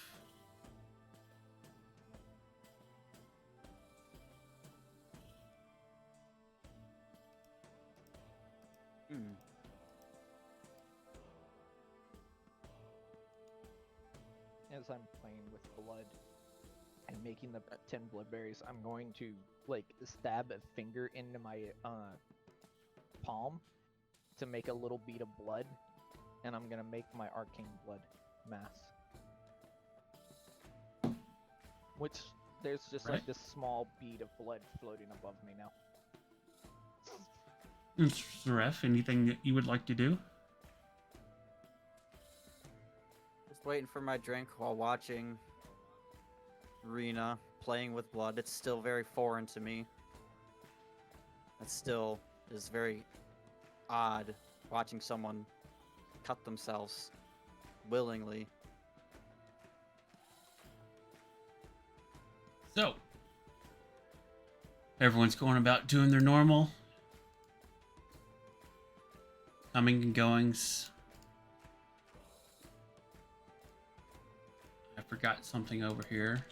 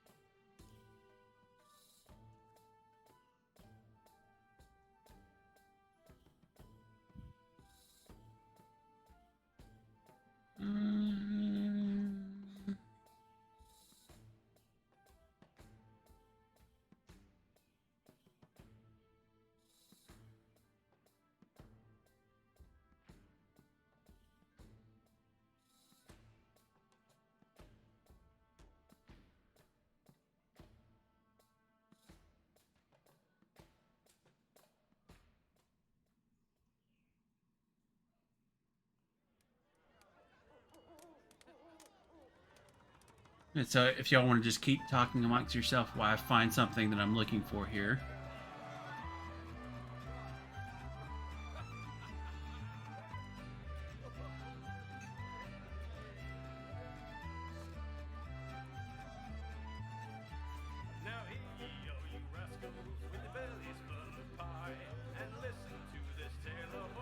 I just noticed that something that I had tried to bring over, it didn't come over properly, so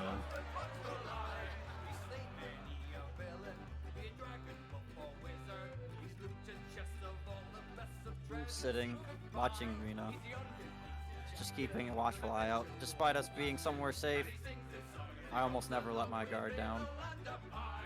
I always keep out an ear, listening for any subtle change. Week to 2 weeks, you know, Nick definitely is very oblivious to keeping a watch out. I picked that up. I would have picked that up probably within our first few days. Oh yeah, definitely.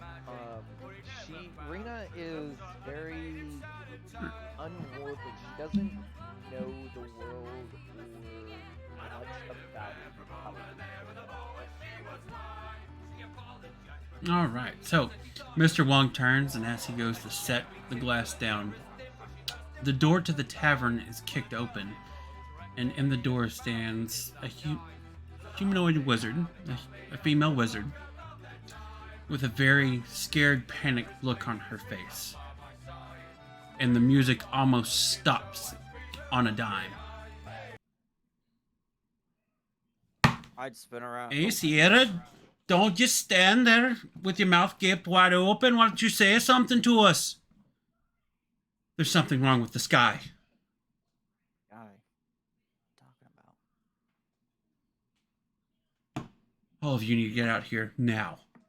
And she quickly retreats back out of the doorway. The other adventurers in the hall begin to follow suit out the door. I do not have control of my token. Uh-oh.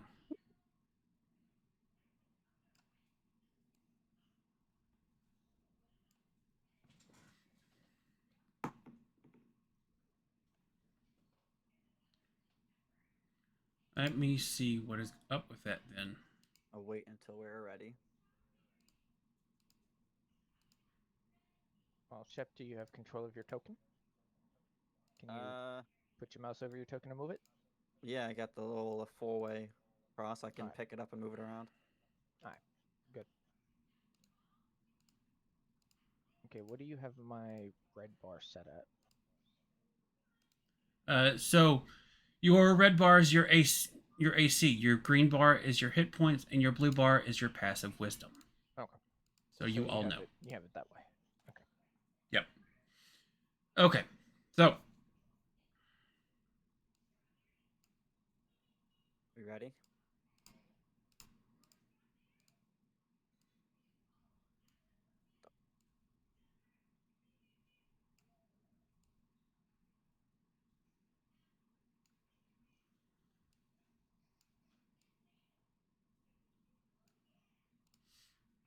all right.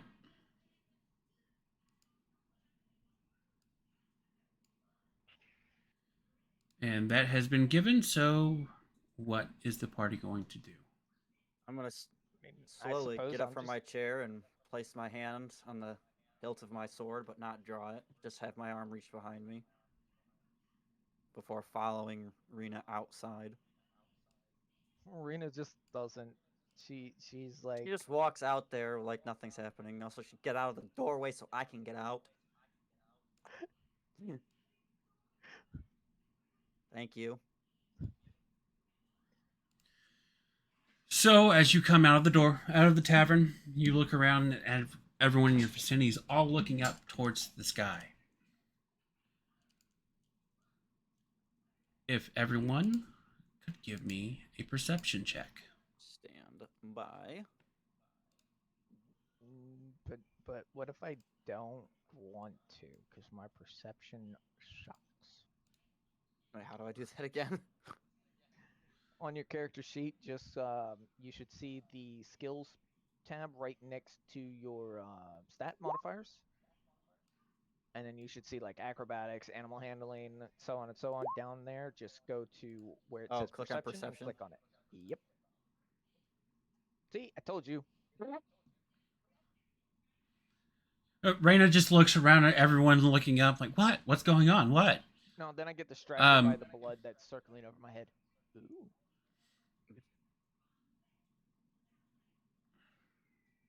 As for Then I me, begin to make small little symbols out of the blood. Um, everyone else kind of follows the gazes upwards to the sky, and you take note. The sun's still supposed to be up and shining. It was shining when you went into the tavern not too long ago.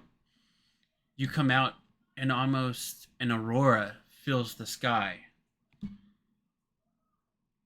do not like this. Doesn't bode well. You know that the sun is supposed to still be up. But all of a sudden there's an aurora in the sky, and there's never been an aurora where you're currently at.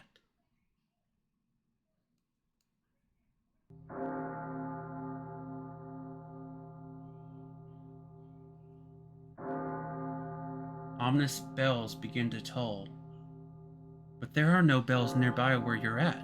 Where are these bells coming from?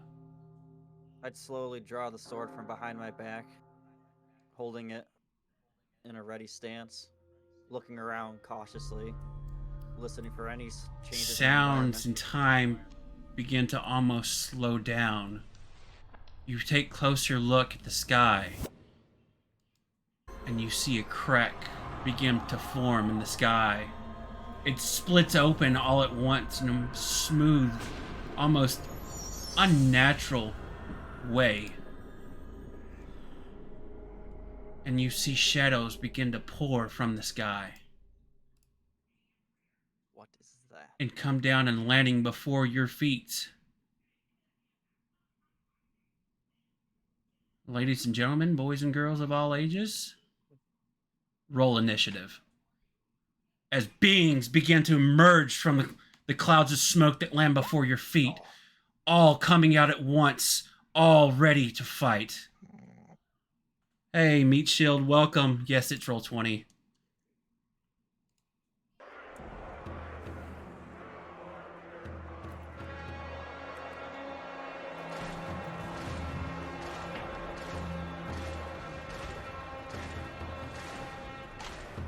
What is happening?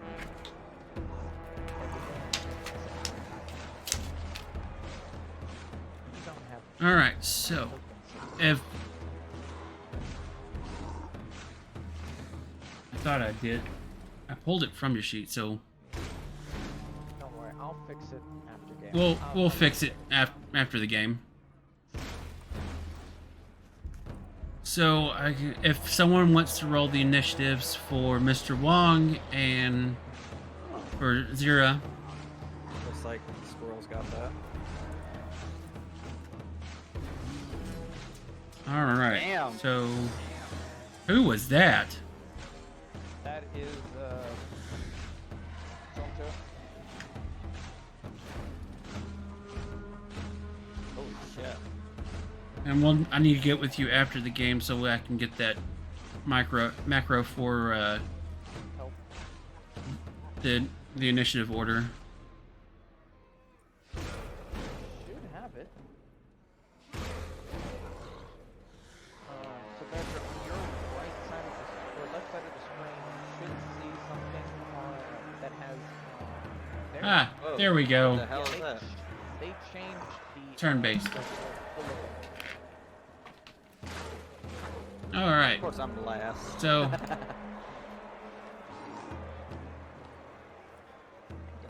stuck with it.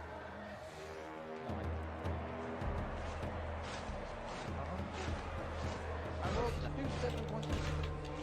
That's weird.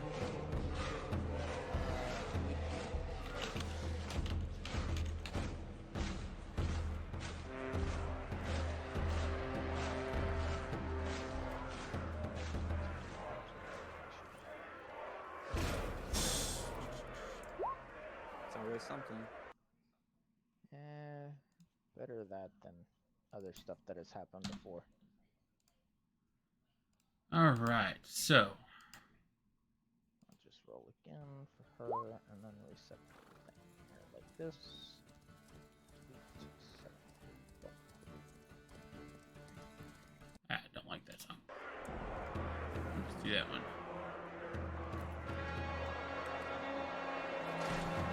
All right, I got that, and then we're going to.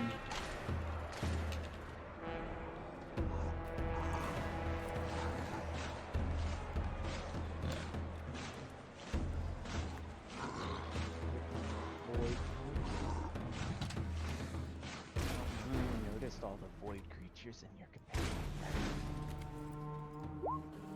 Give him ideas. Why quiet over there. is Fun. I'm rolling the initiatives for the adventurers and the void. So the way this battle's going to work, because it's a mass scale battle, so all the creatures that have come from this void in the sky will go on the same initiative. All the other adventurers in the city that are fighting alongside you will take their turns all at once. Okay. All right, and with that, You gotta hit it twice. There you go. yep. And with that,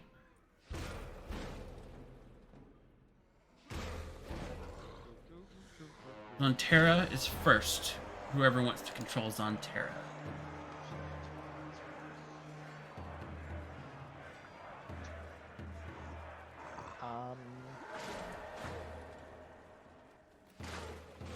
Let's scroll. 'Cause I still gotta learn how this all works too. Well, she's just gonna hold her action to probably Eldritch Blast something if she sees it. Oh, you got stuff right there, I say there's right there next to I say you. there's these things. Oh, I didn't see this. Yeah, Where the hell My those things brain? are. this group right here, including those humanoid-looking beings. Oh, those two? Yes, Oh boy. Okay, well, they look almost like cultists. then, you know, better than Eldritch Blast, we're gonna go ahead and point to see. See the remote explodes later, doing a 5 foot. Remote's 5 foot.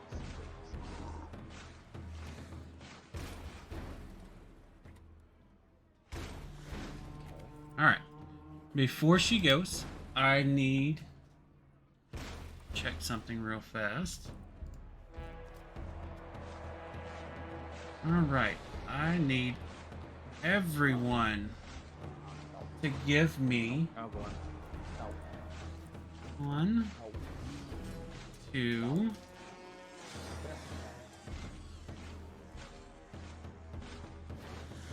all right.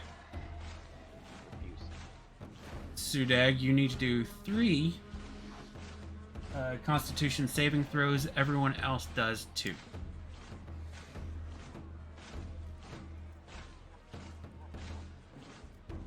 Okay, I'm gonna save Reyna for last. 2, And then let me grab a dice. 2.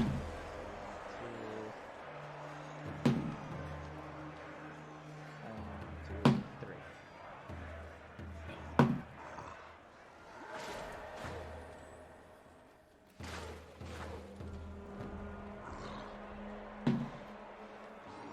Okay.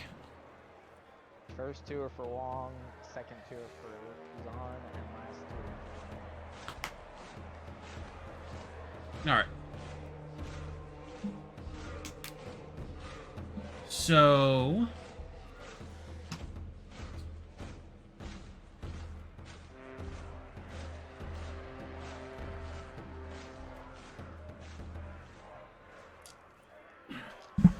Mr. Wong,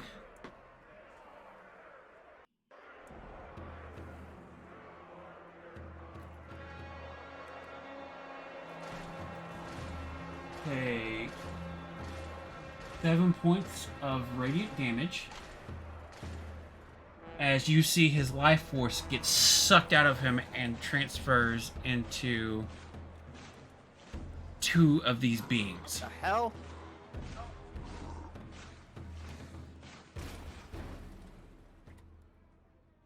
Now you can take your turn. So everyone else succeeded. Yes.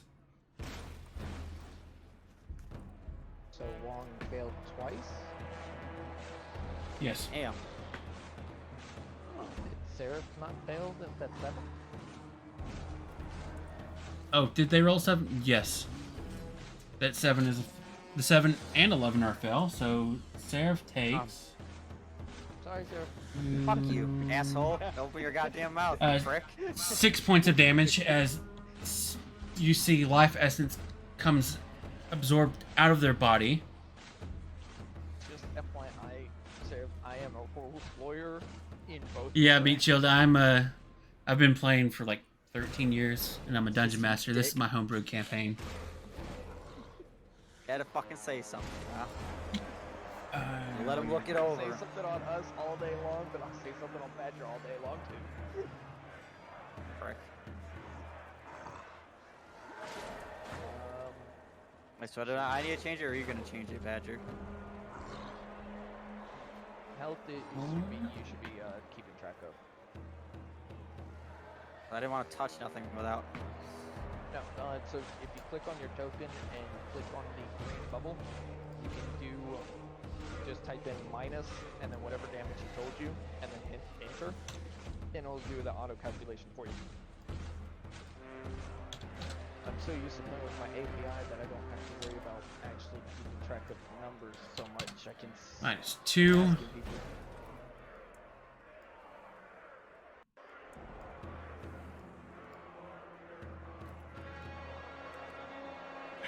Good.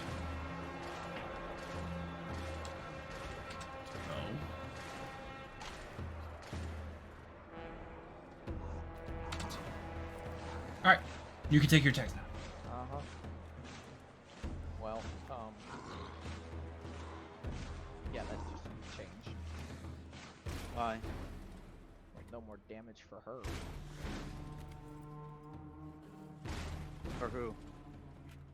For Zombie. Why? I'm trying to figure out why Zombie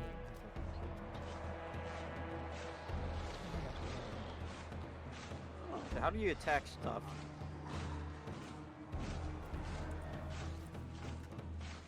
I guess I just want to...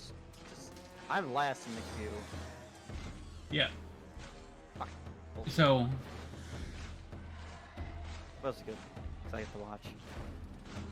yeah. You get to watch, and then when we get to your turn, we'll go over how that works with you. So, She will reach out and touch Seth and do a healing. what's up, Luna Cruz? So you'll heal. Oh, you're healing? Yes. Not the greatest heals. Gee, yeah, really. I mean, 2 is better than 0, but... The healing warlock doesn't truly pick up until a little bit later, so level 1 healing warlock is not all great. Yeah, our campaign's going good. We are into the very first fight of our session 1 soft opener. So is that plus 2? Yeah, we're health? yeah. Yeah. So in the green bubble, just 2 plus 2. I'll see about if Badger wants to add my API so I can keep track of HP a little bit easier. Yeah, we'll look at doing that after. This is kind of like the This- beta. We're figuring out what we need to do. Or the Yeah, beta for we're- the full session 1. Yep. Figuring out what is missing and what's going to happen. Definitely not gonna try to let this go on. Yeah, let's not do that. If anything, I can reach out and do lay on hands. When it's my turn eventually. Yeah. So in the at the beginning of the live stream session here, Luna, we I went into a little bit on some of the characters. There are some homebrew races that are going on that we have right now. There's some homebrew rules that haven't been introduced just yet. That are going to affect one of our other characters, one of our other players' characters when they join during the full session 1 here in 2 weeks. So this is just the soft opener to get us to where session 1 is going to begin. All right, so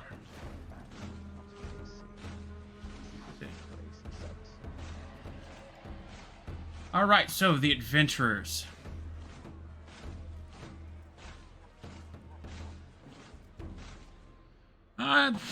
Thanks for the offer, but I am good on characters right now.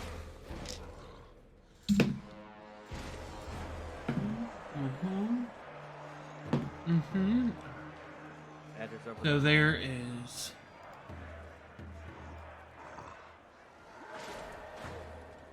fighting breaking out around the village right now. They're gonna move in on that one. They're gonna move up to this one. He's gonna move. Oh no, he's gonna stay right there and fight those. Oh, that terrifying He's thing gonna get. Yeah. I hate that. This looks horrible. I got you, Badger. I got you, Badger. I know. You are? You did fight those creatures. These people are gonna come out and start fighting over here.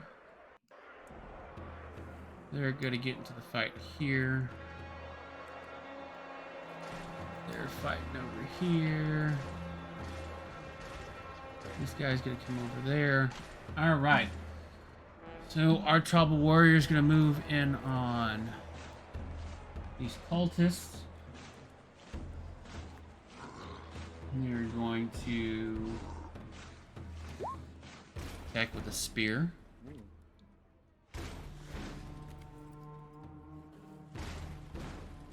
7 does not hit. Then they're going to attack one more time. And a 17 will hit. Dealing 6 piercing to this first guy. Then that moves over to our Amazon warrior. Whose sheet I didn't pull up. Whoops. A lot of moving parts right now.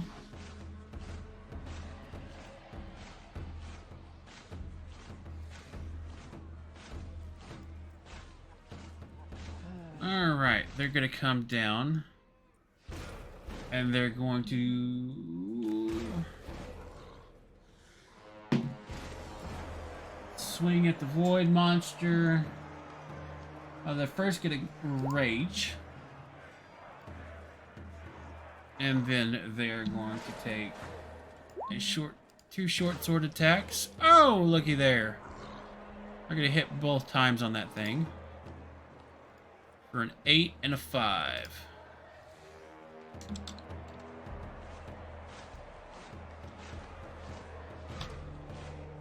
Alright. Starting to do work here.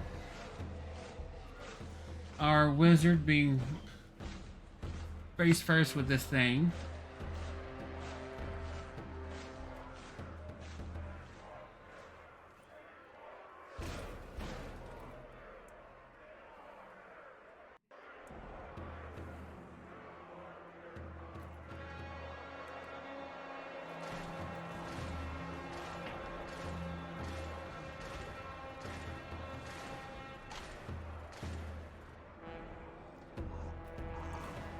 And they are going to action.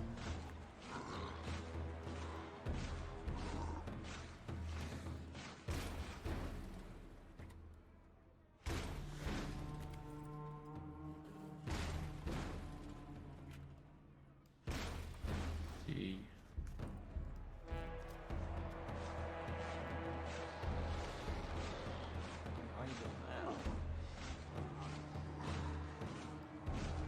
We're not gonna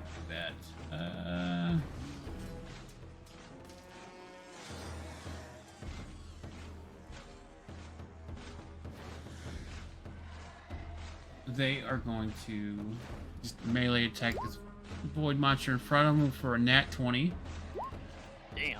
and a 26. Wow.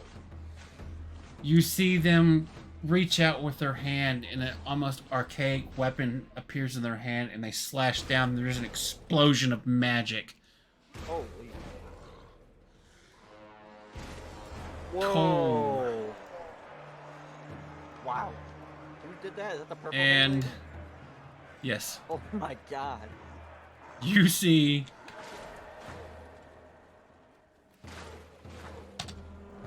this first void monster dissipates immediately. Then she sets her eyes on the next one. You're next. And once again reaches back and just brings down necrotic archaic energy down upon the being, dealing 21 points of damage to it. It's looking fairly beat up now. Wow. Man, she's tough. Then our friend here in the back. Old Jerry here. Mr. Wong's friend.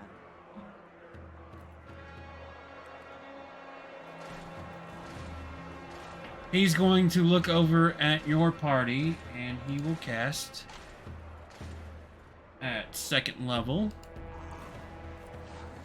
Prayer of Healing. He looks at both of you, looks down at his hands, quickly grabs out 2 flasks off his head, says a prayer, and tosses it to both of you, and the bottles shatter over your head, raining down alcohol upon you. But as it touches your skin, you begin to radiate with healing, as you're both healed for 16. So all you do is you click, you hit that 7 and put plus 16. Wait, yeah, should I Yeah, not do don't that, or? So yeah, you should only go up to your max hit points. I was gonna say, like, bring that was you just... bags, just bring you just some. Okay, that answers that question. There are some. I didn't know it would do that. I thought There it are would. some abilities in the game that allow overhealing, but he probably doesn't let happen. No, not at the moment. All right. And you can hear throughout the village that there is fighting going on. They're going to come over here and attack things through the window.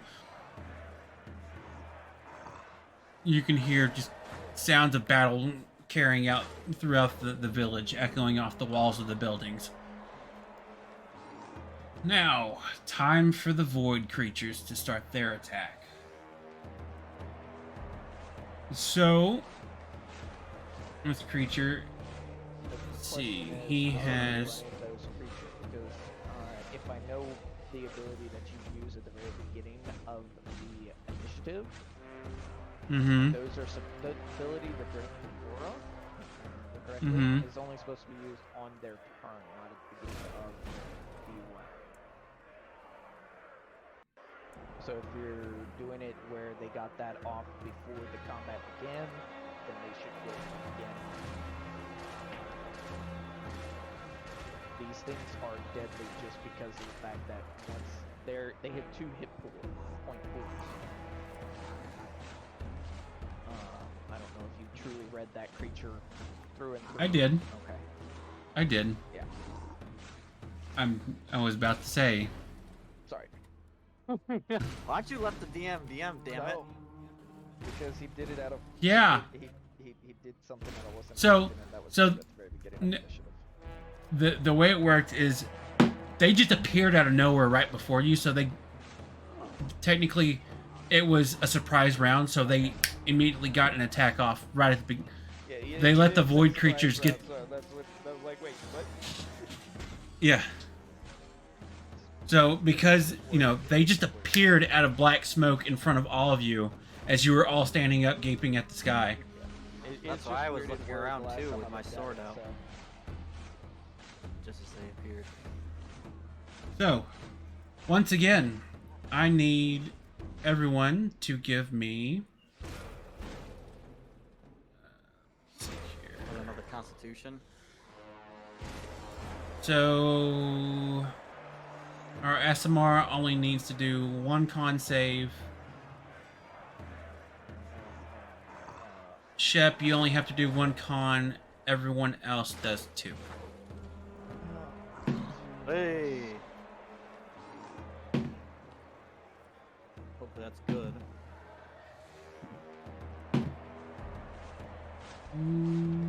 Boy.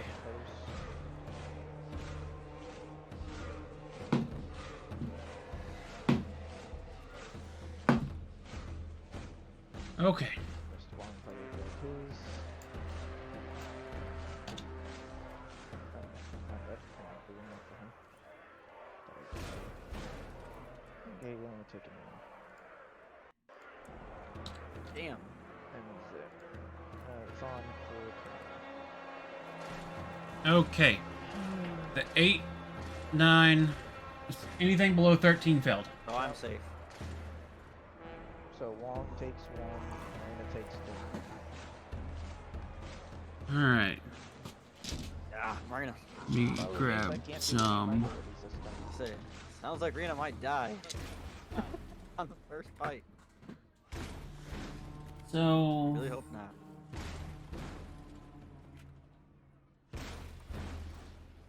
so I got 6 for the 1 person with 2 fails, and then the 1 person with 1 fail takes 4.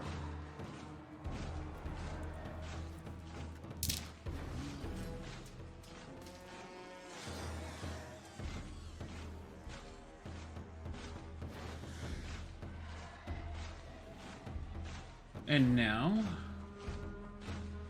let me see here.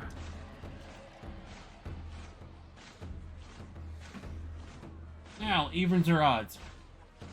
Even. Odds. Okay, Mr. Wong gets attacked. Ooh. And that's net 1. He swings and misses. And then this other one is going to swing, and they will hit them. And they do. 18 force. And they do a con save. They pass.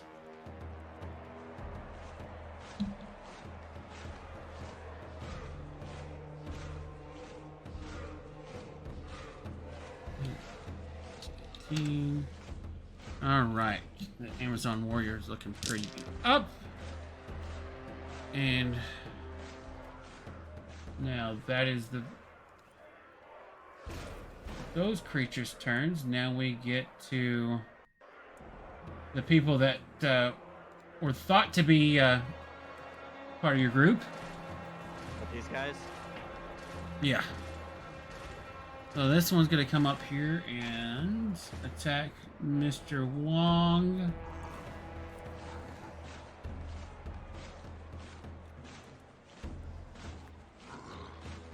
And he's going to... He misses his attack. He's going to Oh god, what did I just do? That's a swing and a miss.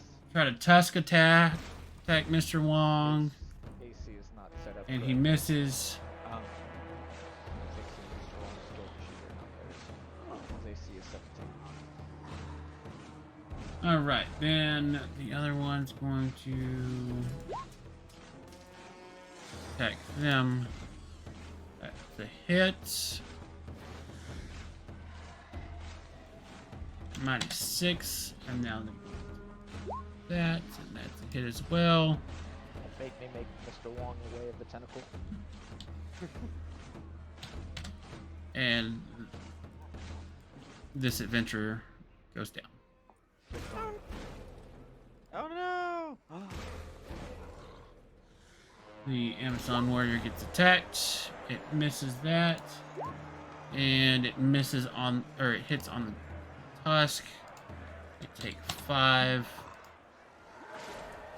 Wish I could see everybody's health. You will. This guy's you will going to probably move up. next game, 'cause I'm probably. We're going to do some things before next game and fix that around. Yeah. All right, Make an and API that allows is our help without asking. That means we can see enemy health too, right? Yes, you'll see. Okay, so what I'm going to be adding is an API that will give us aura rings around all our tokens, enemies included. And the greener it is, the more health they have. If it's in blue, it means they're overhealth. And if the more red it gets, the lower HP it is. Gotcha. Yeah, there's some small things here and there that are going to be squared away before true session 1. Okay,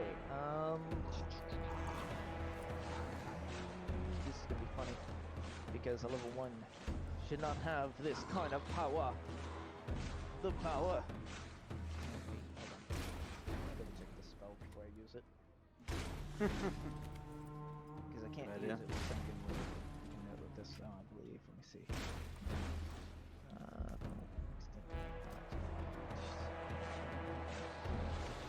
Where is it? Oh.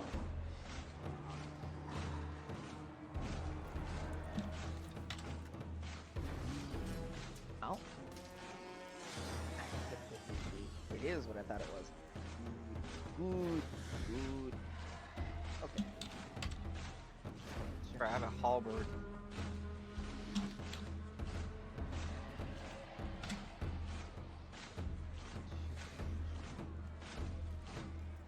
Takes half the damage on spell.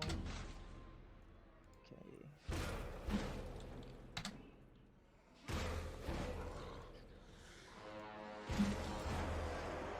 Everything in 15-foot increase. Okay, so she is going to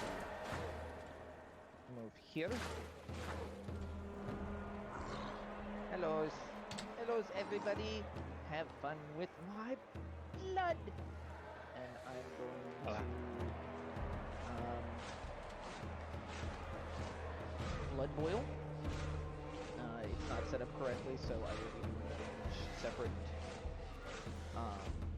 Because it's both necrotic and fire, and it's going to be a higher level because I'm going to spend 2 of my hit points.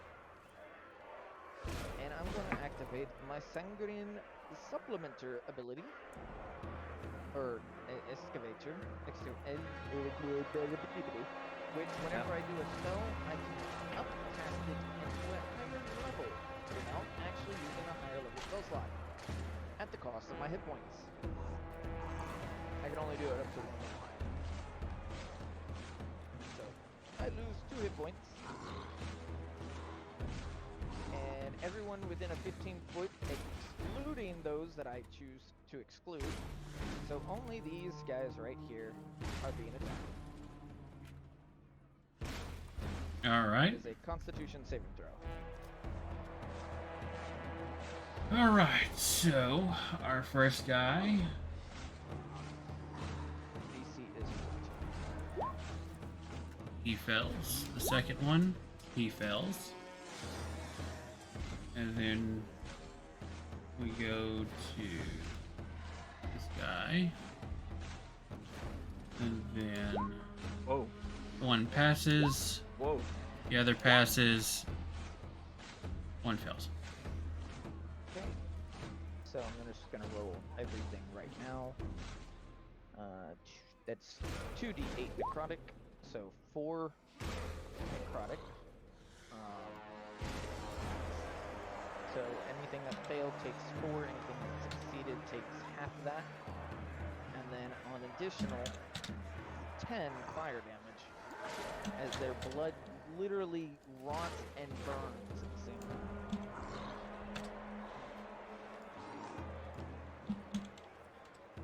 Quite impressive. So those that fail take 14, those that succeed take 7.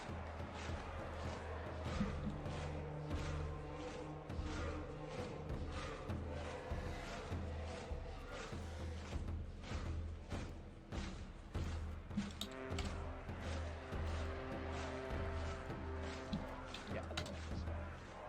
Though, unfortunately, I can only do this. Because I already wasted a spell slot today. All right. So you see that one of these Void Wraiths is beginning to fade in and out of existence. The other one looks pretty good. One of the cultists looks like he's had the shit kicked out of him. Okay. Now, can I take a bonus action to eat a berry? Sure! Woohoo! I'm gonna eat one of my blood berries, which gives me a D4 back of my health. I got 2 hit points back.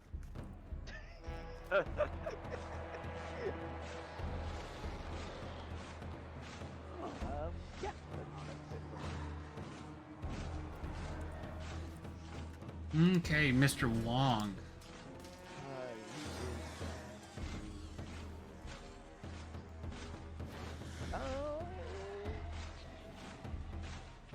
He's going to smack, and smack again on the guy in front of him. The wood creature. I'm gonna have to fix this sheet. It is not popping up everything needs to be popped up. How far does a halberd reach? If it has reach, it's 10 feet. Does not have the reach feature on it, then it's 5. So 23 to hit this guy.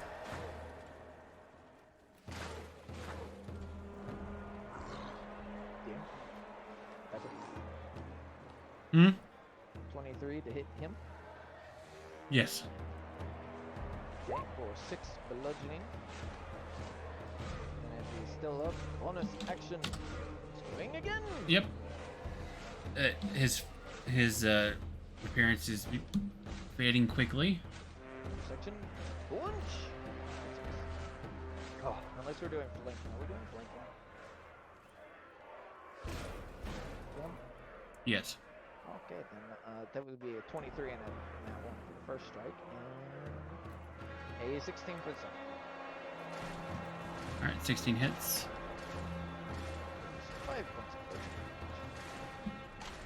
He throws his fist right through its face and it dissipates.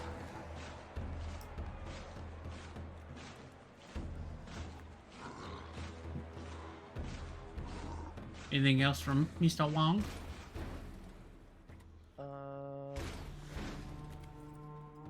Maybe Rocky exploded in my hands. He moves right to where I was planning to go. unfortunately no blood.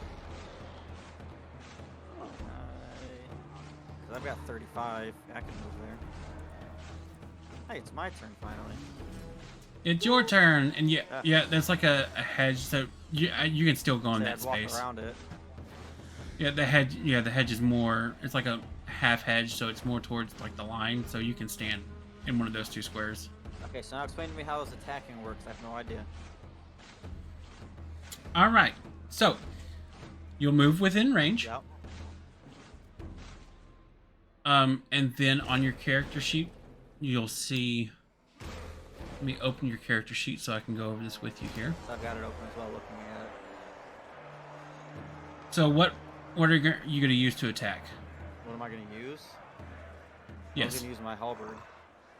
All right. So all you would do is click on the halberd. I think we set it up to where you're rolling with. I'm sorry. I'm looking at something. All right. Yeah. I have it set to where you're rolling with advantage always. All right. So you would click to roll your to attack. Just click on halberd and it'll roll it automatically. Okay. I'm going to move here. And then...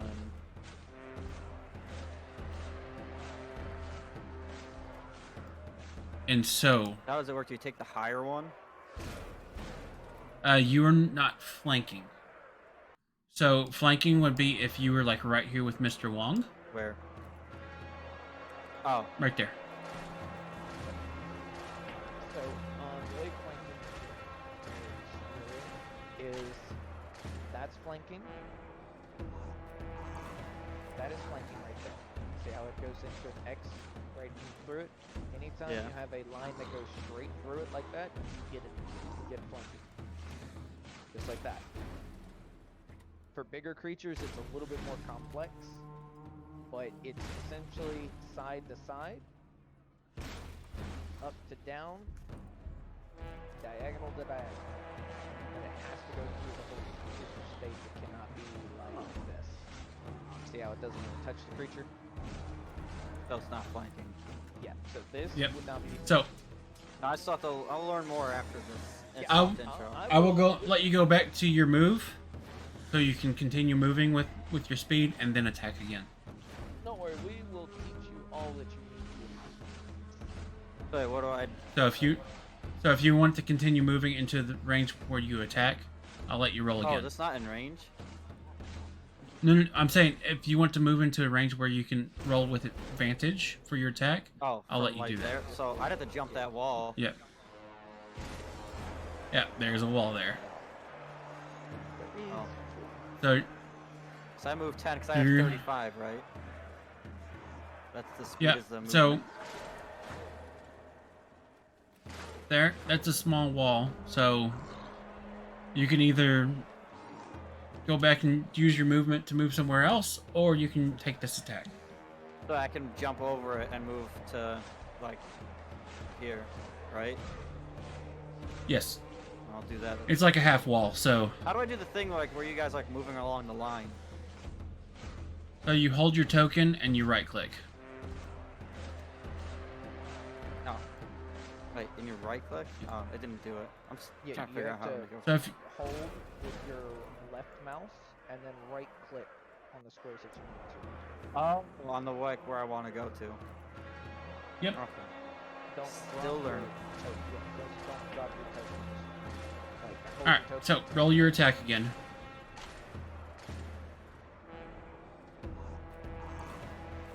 Okay. 16 hits, and then you'll just click halberd in the chat, and it'll automatically roll the damage. So you do 9 slashing. All right. Anything else you would like to do? Am I able to do anything else? So you have an action, a bonus action, and movement. So you've used your action to attack. If you have any attacks that you can use as a bonus action, you can do that. How do I know Don't. what is bonus? Let me look. What class is it? I'll Paladin. let me. You do not. But I need to check. I need to check something real fast.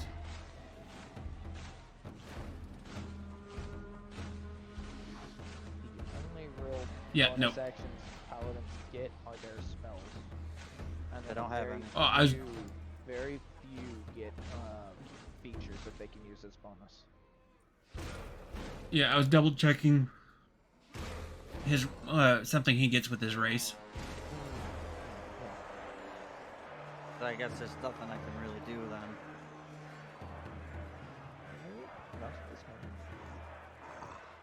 I don't know how to be done. Also, can, like when we're attacking, can we aim for like specific like body parts of a creature?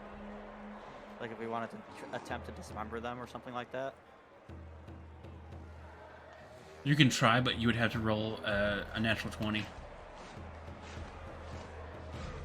So I would have had to if I said I wanted to attempt to behead the one that I was attacking. You wouldn't be able to. I'm just asking.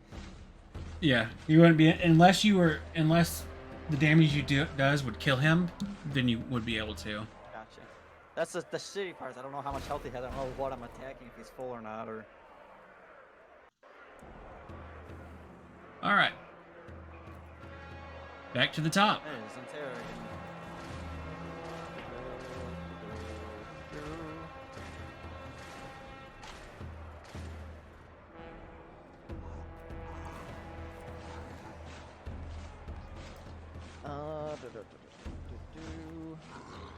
She is going to, seeing as that big guy was throwing out heals, she's not going to bother with healing at the moment.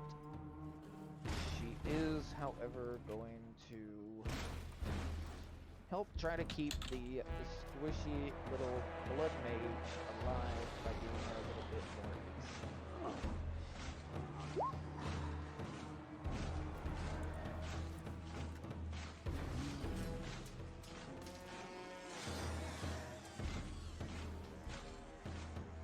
All right, I need to use the restroom real quick.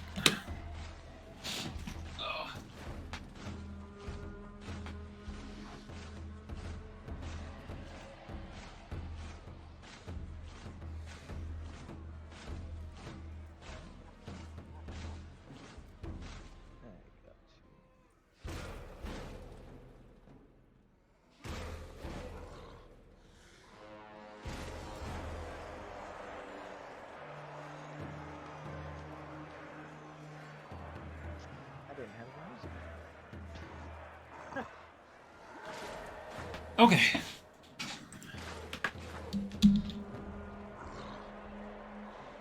So where were we? Ah, yes. All right. So you healed up. Or No, I did AC. the- bonus. AC bonus. Okay. Anything else you would like her to do this turn? Nothing else. Okay. Oh, question. So, for the bonus action for me, I can heal myself with that bonus action, correct? Or someone around me? Yes. Yes. Oh, I'll make sure. Lay on hands is a bonus action, right? No. No, it's an action. Healing word is a bonus action.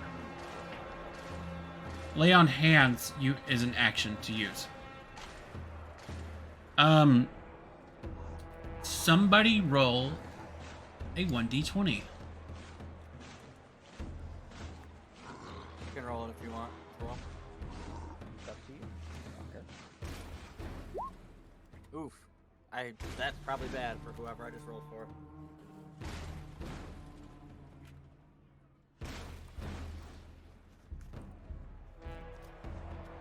It wouldn't have been much better if I had rolled. We both got shafted. We both shafted. All right, so that is the lair action. A large plume of black smoke emerges from the void in the sky and lands.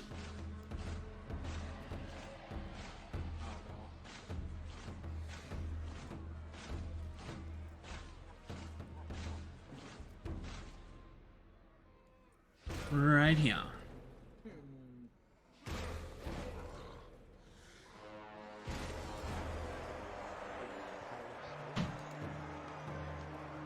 Hold on. I got a whole spell for that.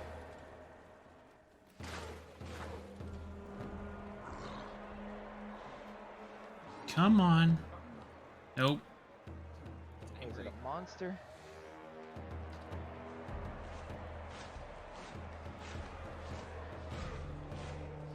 That cheat is broken.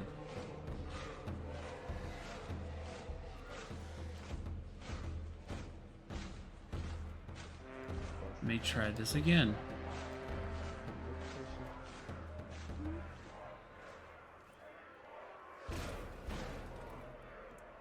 Roll20 likes to be special sometimes.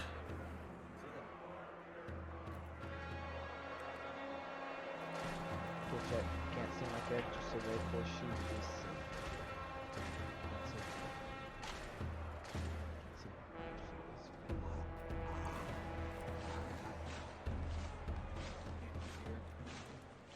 What in the There it hell? goes. I really don't like that. so it's- And a towering beast steps out of the smoke.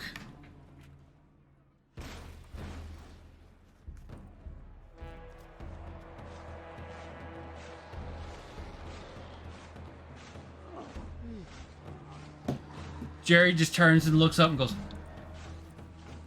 "Well, shit, this is gonna be a problem."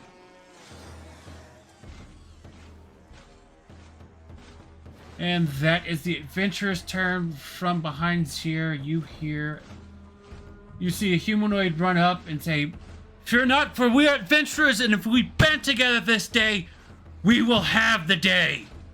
And then an arrow right through it. For the next, No. for the Sorry. for the next round, all adventurers have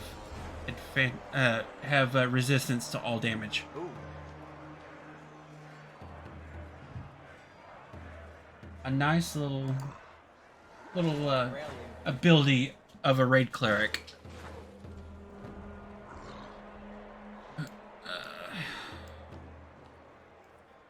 And adventurers are going to begin pouring in to aid in this fight.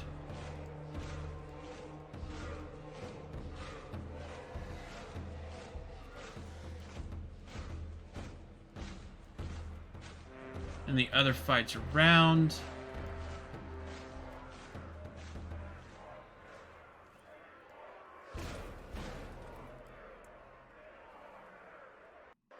This guy gets dusted. Which one? This one gets dusted. Other monsters. This one finally gets... This creature gets dusted. That one gets dusted. They move in on this one. This one loses 30. Oh, shit. Don't like that. Jesus. I'm rolling off screen for so everyone can see the attacks of some of these adventurers, and some of these monsters are just getting obliterated. Curb stomp? Yes. I'm okay with that. I'm okay with that. I mean, you got a big old Minotaur looking bison, so. Listen, if the curb stoppage is on our side, I'm all for it. You got the Kung Fu Panda version of the bison over there. This guy loses 70. These guys are going to start moving around. And we come over here to this.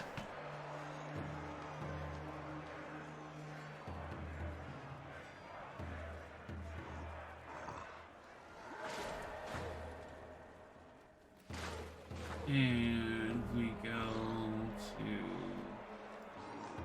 our friend the dwarf.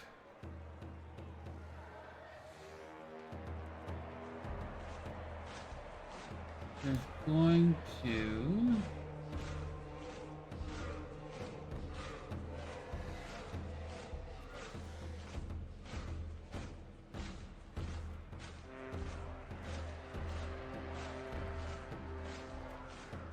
take a big swig of his drink, look up at the giant and go, I can... Excuse me. As he does, intoxicating burp.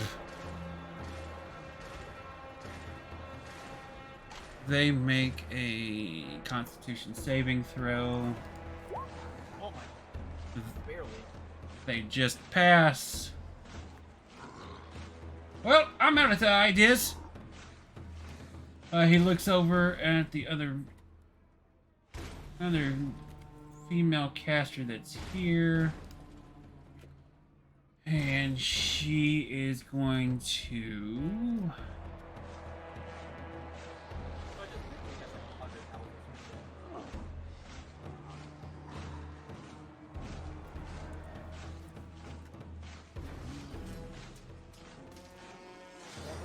Guesstimate a creature's health, because if you ever get it actually right, the DM will change it. Yes. She is going to burn her 6th level spell and cast Circle of Death on the giant. They have to make Oh. Constitution Level 6. saving. Yeah, but she rolled absolute garbage. Yeah, she rolled garbage on the spell attack. Level 2 can survive that. Boy Giant is going to roll their con save. They pass, but they take half damage. Half of 17 is what? 8. 8, right? 8. They don't look phased.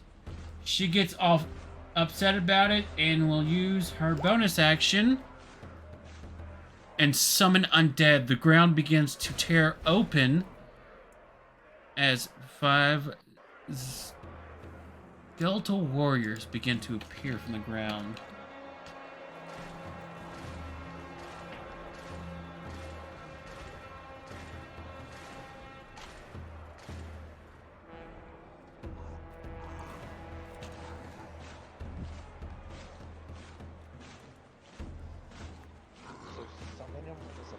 action? Action. Yeah. Summon undead. It's a special ability of hers. She gets it once per day. She can summon undead as a bonus action.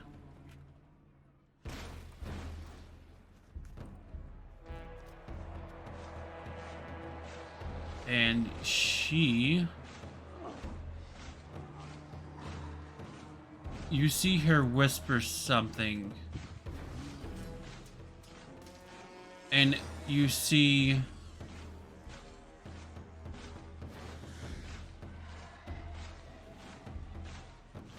What you think would, you know, what you're familiar with, you know, dead razors. Oh, it's going to be a regular skeleton. Nope, not her.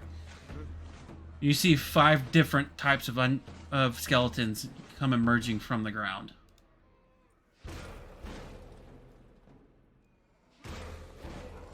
So she got that one. Next one. Okay. She gets that.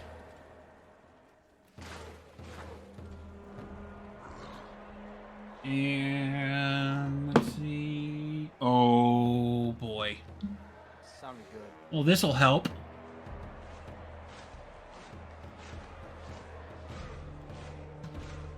And then you see the bridge behind the cultist and the last void being begin to break and spread. And Seraph, you kind of take a step as the earth begins to shake. You want me to move myself? And no, you stay where you're at. And with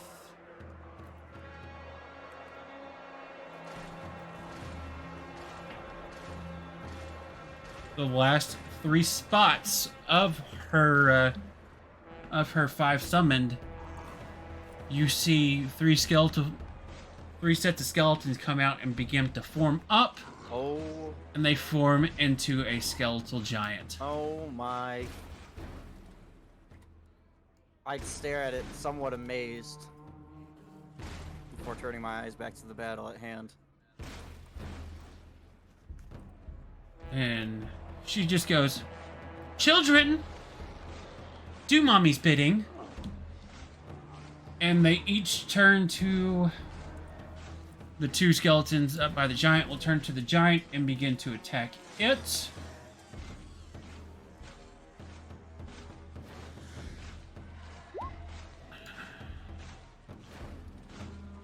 His first miss. Well, his first attack will miss. His second one will hit. And he will do 11 slashing. And then our other skeletal friend here will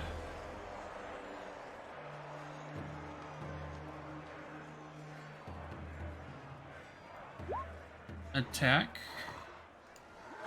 Their attack will miss. They attack again. They miss both times. And then... Oh, he misses his first one. He comes back again with his open hand and just bitch slaps the void monster over to the 2 cultists.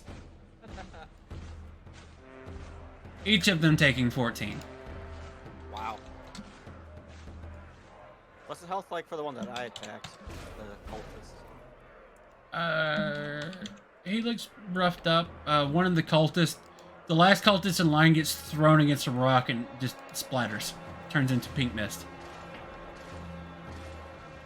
I grin as I watch him hit the rock and turn into a freaking puddle of blood. Now we come to the void beings. He's got 3 in front of him. We're going to roll. Actually, he's got 4 around him, so he rolls 1, 4. That is a 1. He's attacking Mr. Wong again. Leave Mr. Wong alone.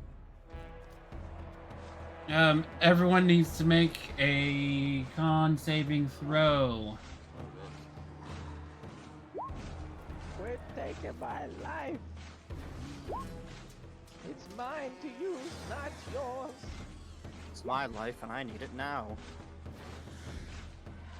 Seraph, you take 3 damage. The 6 fails, that 2 damage. 20's pass. So what does it mean with the splits? I thought like with the split ones, you take the higher roll. Nope. Nope.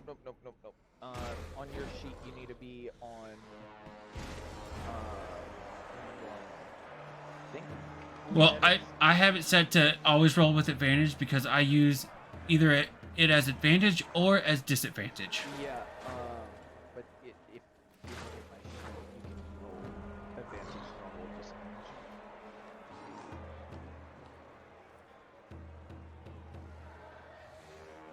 Alright. So, this thing will now attack Mr. Wong. Oh my A god. 22 will hit. Mr. Wong takes 18 and it drops him. Oh no, that straight up kills him. Oh. He doesn't even get death saves. That straight kills him. Actually, no. That's cut in half because he's resistant.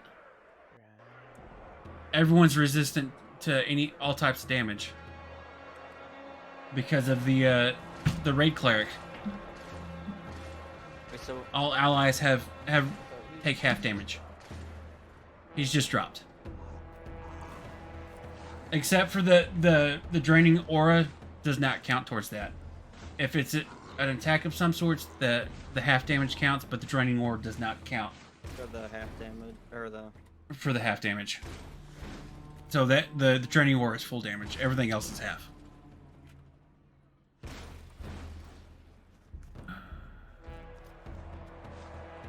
he didn't have that, that would actually straight up kill him because that would have been his life on top of the damage. We haven't even made it to session 1 yet. 8. Well, he's still technically alive. Oh no, if he would have died. But then again, he's got so many allies around him that can pick him up. No. If somebody takes, let's say they drop you to like 2 hit points, and then they do those 2, and then more than your max total hit points, you straight up die. It's instant. No, I'm talking about like with right now, like he's down, someone can pick him up, correct? They can stabilize him. If they have a healing spell, they can bring him back into the fight. But they can stabilize him back up. That's the most any Alright. non-healer can do. So this cultist turns and tentacles come pouring out of his hands at you. If they miss, he'll swing it with you with a club and miss. Who's he swinging at? You. Of course he is. His Wong is down. It's the one right in front of you. Now this other one has 4 around him. I want to be number 3. You are number I was gonna say, 3. I think you are number 3. He will tentacle attack you. And then he will club at you. Alright. Hey, And quit it. No. What are you doing? now for the big girl. Oh, She will attack that one. That's the hit. And then she attacks that one. That's a miss. So this guy takes 21. And that is the Void Beings in this area's turn. Reyna.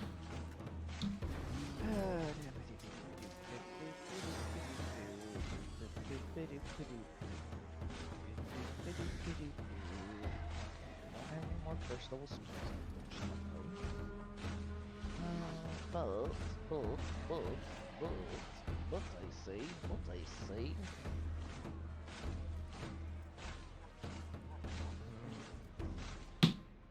Dare I do it?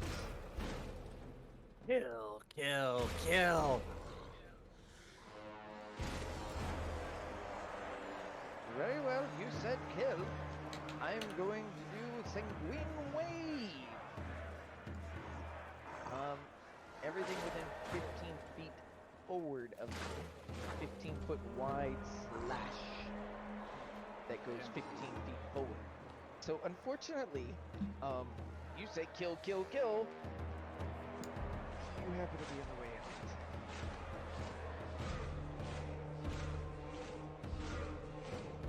Don't worry, I'll throw a good berry into your mouth later. So at least we're resistant. Yeah. This deals.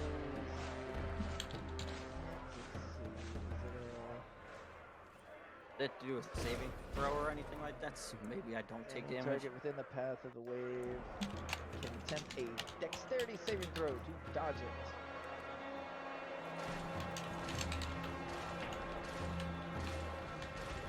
So it's 14 dex, and it's not built right. It's supposed to be north of 1d4 as well. So that is 3 necrotic, 4 slashing. So I could get to throw dexterity to see if it hits or not. Correct? Yep. So everyone is making a dex save in front of you. 16. Good saves.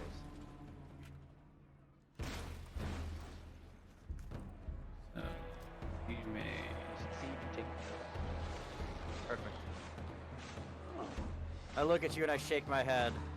I'm somewhat This is a impressed. spell, right? yes, it is.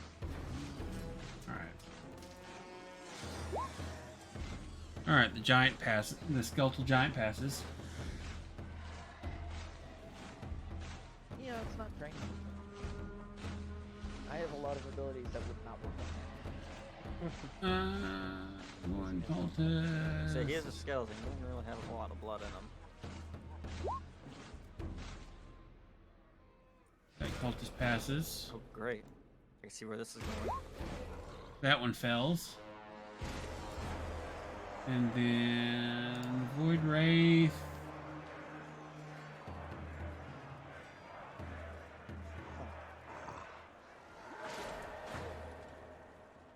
I need somebody to die.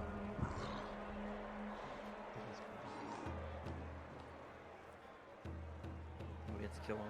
Well, technically, there is one cultist that got splashed against the rock. I know, I'm about to try. If neither of these cultists And he passed. passed with a 5, It double rolled. Oh. He rolled 21 the first time. Fucker. So you only Yeah. get one of them. it's fine. It's still 7 points of damage to that one. Which one did you have inhibiting anyways, is it? I don't know. This one, or? Yeah, the one that I hit died. Luna said earlier, we're good on characters, but thank you though. So you did how much? 3 4? points of necrotic, 4 points of slash. 7 total. He is on death's door. Which one? That one.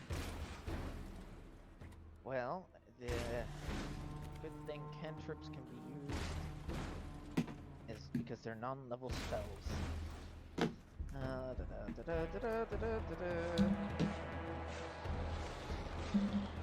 Well, here's hoping they don't get to hit me. You're about to do something stupid. I am. Okay, the void and the cultists take an opportunity attack because you moved. That misses. And then cultist. Come on. That misses. Yes. Both miss. I can do what I want to do. So wait, how do you know if it misses or not? How do you My calculate that? AC versus their attack. Their AC. AC. So there's Your armor class. Oh. a cultist right next to me, right? That's dead. Yes. Yes. Okay, cool. He splattered again, like right up against this rock. Well, you see, I can touch any creature that has blood that has died within the last 10 minutes and draw the last messages of life force from their blood, giving myself advantage on my next spell attack. Just All right. and it Give to the it's an phone. extra bonus action. And if I do a exposition ability, I can remove 1d4 from that damage that I would take. It is a very good Alright. spell. It is subclass specific. All right. That's safe from Mr. Wong. Dude, Mr. Wong. Oh, he's safe. All right. The ref. Yeah, get to go finally. Unfortunately, you're no longer at advantage. Doesn't matter, I can still attack him. Yep. Move here. You will have to. Yeah, but I get an opportunity attack. Yeah. Nope. You're still within range. No, What's no, that? you won't get up. Oh no. You would get No, he would. You get attacked by the wraith. No, he wouldn't. He would not, because they both attacked me. They don't have Ah, you're right. So which They've way? already used their Where should I opportunity go? attack. go right. Right there. I mean, it's either there so you can get advantage on him, or you can just attack this guy, the Wraith, and get advantage. Because you technically do have the person right there. So you I get can either advantage stay- if I. You can advantage if you attack this one right here. So where's if you attack Yeah, this the- one right here, you get advantage. If you move here, you'll get advantage on him.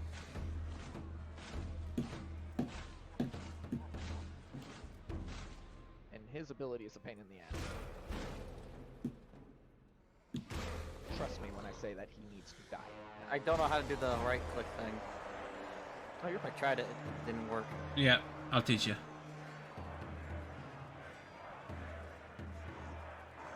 So now that I'm here, I'm gonna attack the cultists with my halberd again.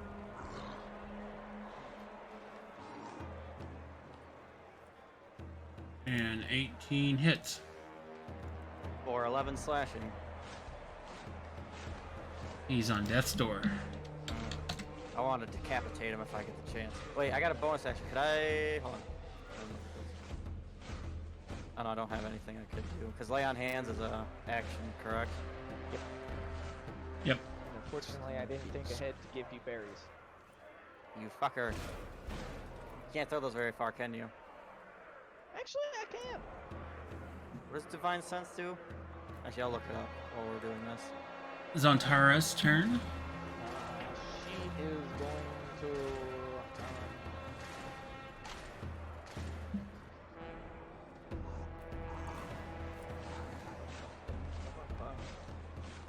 Spend one of her healing light dice on Mr. One. I think it only heals for 3, but I don't think it actually gets bonus.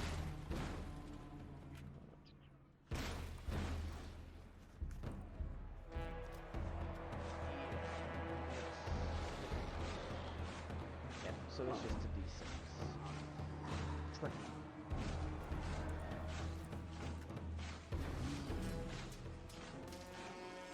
I think I can make it better with some invocations, but no, not minus. I meant plus. Mr. Wong comes. Oh, and Mr. Wong need a drink. I have berries. They're very No, nutritious. no, no, no, no. Welcome back, Mr. No, Wong. I don't want your bloody berry. Well, You should why really take not? it. All right, adventurers. Giant skeleton is going to attack his roll of shitlings again. He got an 18.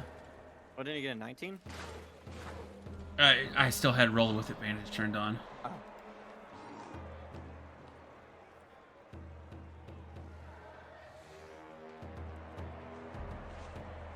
So I need to math here.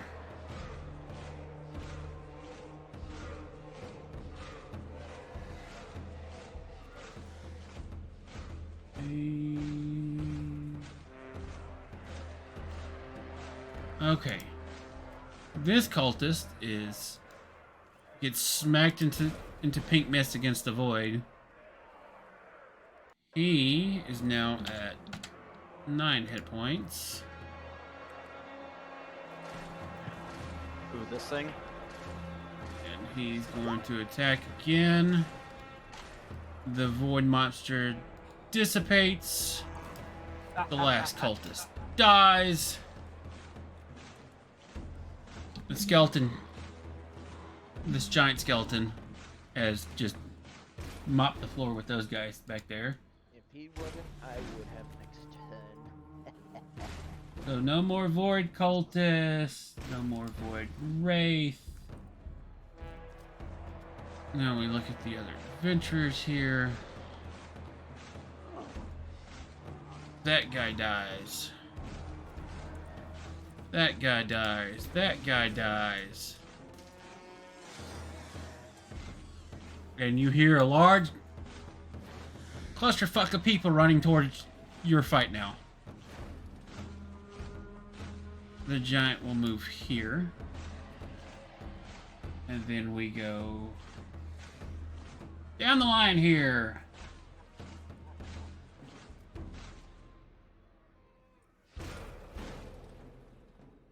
See here.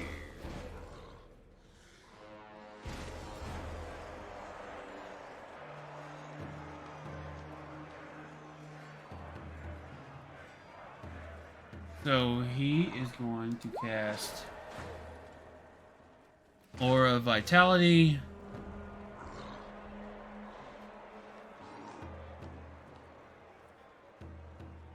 And Mr. Wong will regain 2d6 hit points. The giant will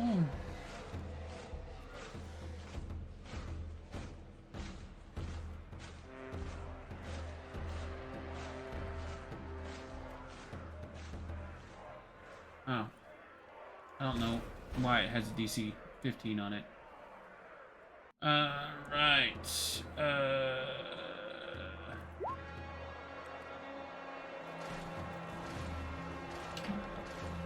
Welcome back. God damn it, I deafened again.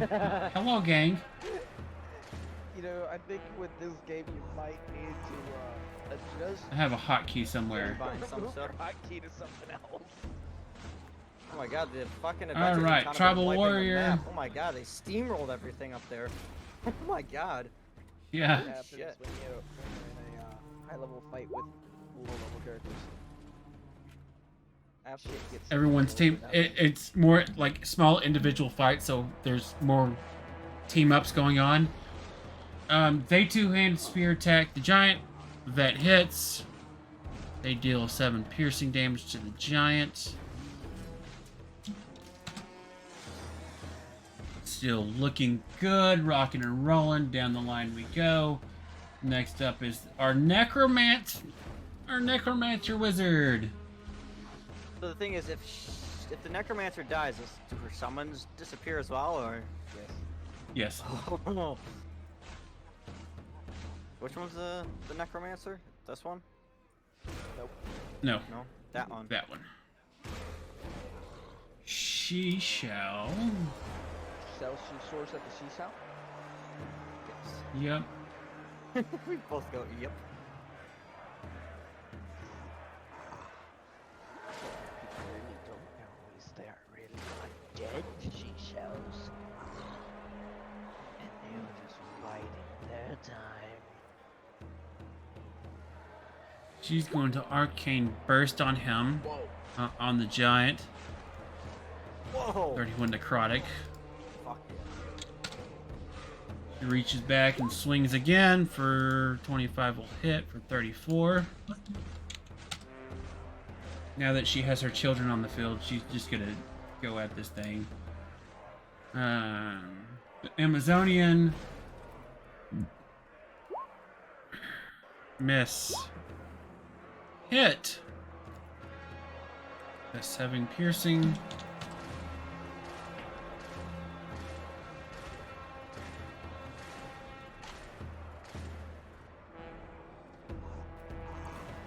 Did, Is going that aura to of divine vitality right. do anybody, by the way? Yes, Mr. Wong for 2d6. Okay, yeah, roll that. Oh. I was asking because it does take a bonus action to do it. I didn't see any rolls. 9. 9? Okay. Oh, he's back. Yeah. There we go. I Oh, thought that's it good. 'Cause I was was gonna lay on hands. Giant needs to make a dex saving throw. They failed the dex saving throw and get absorbed in radiant damage for 1d8. Wait, you did the giant 5 skeleton. minus 5. Yeah, what? Oops. Wait, hold on. The raid cleric's attacking the skeleton? I was about to say. Yeah. No, no, no, no, no.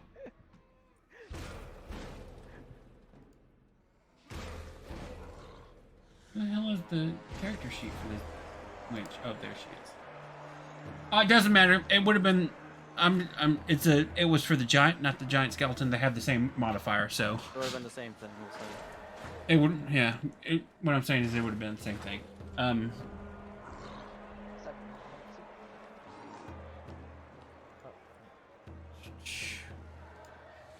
Does that, does that. Alright, I need to grab the other character sheets for the other people that have entered the fray of battle over here. There's a lot of people. And that is going. Just shift, double click the button. Hit their sheet. That would- Yep. And Shep, that works for you as well if you ever need your sheet. All you have to do is double click your token with the shift. So yeah, I've got mine in a pop-out window that I just tabbed to. I don't use the pop out window. He's going to throw 2 javelins and he crits. Whoa. 9 piercing. For 9 piercing. So one thing I've been playing Wait, who with threw Bounty that? is crit. The crit rolls always do half, if not more damage, and they never do below half damage for the crit dice roll. It makes crits a little bit more rewarding than when you crit and then you nat one the dice. Alright, he's going to come over Right. here. He's going His, to. Crit rolls. Can he get into this fight anywhere? Yes, he can. Well, they're supposed to run in there. Sorry. Oh, the lizard dude. That's who you're. Lizard, lizard. I was wondering who the heck just threw a spear. And he's gonna throw a spear. Misses. Throws another one. That one hits. I think that might. Yeah, there's a warrior monk. What, is it this guy? Yeah, that's a warrior monk. That's a Spartan. That's the, looks like a freaking this is Sparta type guy.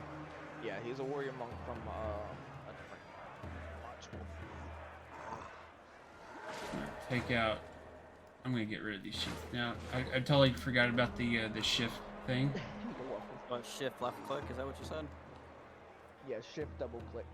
Oh, shift double click. How's the?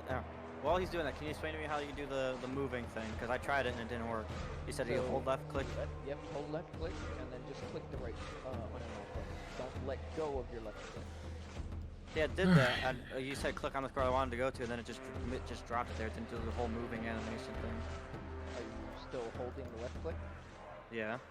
So this sword Never let go of your breaker. left mouse. Because when you hold the left mouse on the do you hold on the token? Yeah. Yes. Yeah, because when you hold on the token, it drags the token with you. Yes. If you let go, it'll drop it. And if you right click at this while you're dragging your token around, it should pop up a Am I holding the right click too, or? no, just tap. The hit. That's a miss. That's 9 slashing.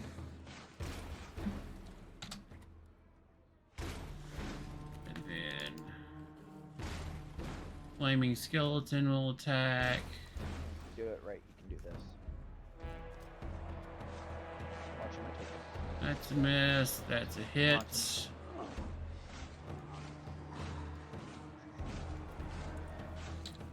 They take Did you see 8 my damage.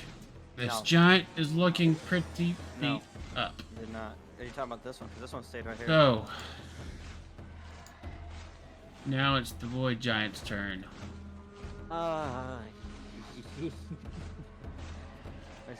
They're the only void being left, yeah? Yes. We got 1, 2, 3, 4, 5, 6.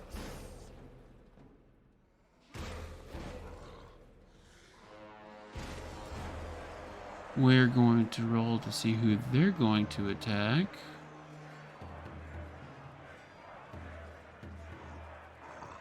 I need this die, yes. Yes, that die. Oh no. Leave me alone. Oh, it's not you. Hey, It's leave, probably the uh, necromancer. leave Santero alone. Nope. You see the giant look around at the being, scream, and then just drop their giant club down on Jeff, On who? On Shep? on the dwarf. Oh, on the dwarf? No, not the healer! Not him, no! Again, he did. Oh open her God! face. I'm sorry I barked in your general direction, but you don't have to slap me around like I'm all silly and shit. And she rears back and swings down again and misses as he jumps out of the way. I throw you a He's berry. going to use a skill that allows him to a reaction skill that allows him to move without out of attack range of them, Surprised they don't have 10 and berries. that Now it's your turn. I could have done if I would have done that. They have a smaller club, so Do you have like a separate chat And that there's- you're doing your rolls in that we can't see, Josh? He's doing rolls in person. Ah, I was wondering why. I'm doing in-person rolls, but well, for the giant, I have the giant's rolls set to GM So, in case it just like, oh God, let's not do that, and I can fudge the roll. yes. Well, you see, I have advantage on this attack roll because of my gift. So, have a blood bolt! Ooh. I take 1 point of damage. Rotting. Yes, I take 1 point of damage. But there's another body down below my feet, so guess what? There's plenty. There's 2 more now. I have advantage on my next attack roll. Get all the advantage. That was a spell, yes. Yes. Excuse me. Blood bolt is a cantrip, and gift of the fallen is a cantrip. Which you can use. She hears you shout, "Have a blood bolt," and she turns, and you see her eyes turn as black as the void. You're not counterspelling a flippin' cantrip, are you? I just rolled for it. She counterspelled the cantrip. Maybe not announce. As the bolt comes out, It doesn't. it matter. disperses and blood flies over everyone. Counterspell is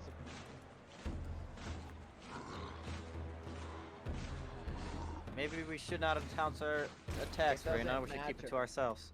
It doesn't matter. I have 2 vocal components. Even if it wasn't vocal, they could still counterspell it. The only time you can't counterspell something if it's non-vocal, non-somatic. Yep.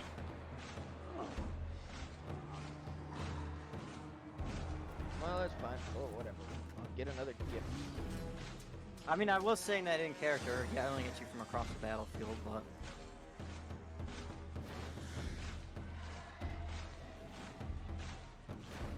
All right. Hey, Now it's Wong. Mr. Wong. Mr. Wong's getting beat around. Hey, now it's his turn to do some beating. On the plus side, Ah! never reactions anymore this turn. Nope. Flop. That hits. Flop.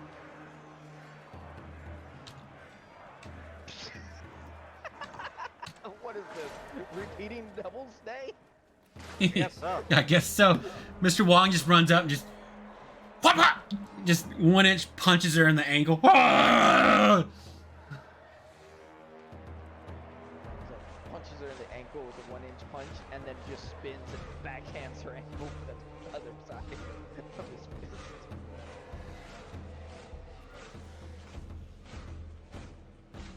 Giraffe. I'm looking because I'm at range now. I was wondering how far my crossbow will reach. Oh, you're crossing the You have your crossbow, but don't forget you also have another item. I'm not using that It right has- now. No, I'm not using that. Damn it! Oh, you're not getting me to use that yet.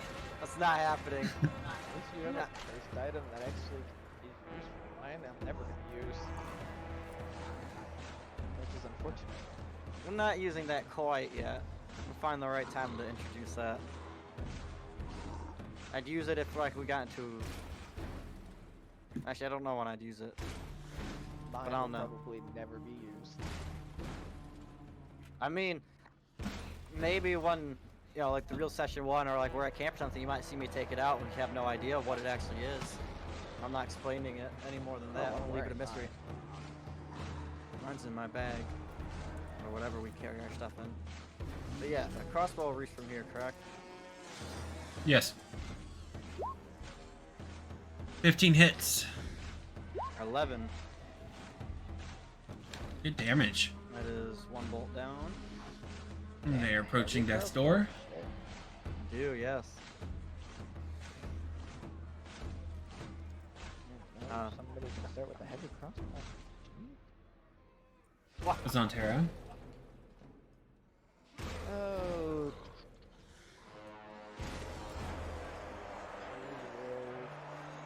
Say the line, Warlock. Say it. Say it. She holds up her hand in Eldritch Blasts. And smacks them with it. Oof.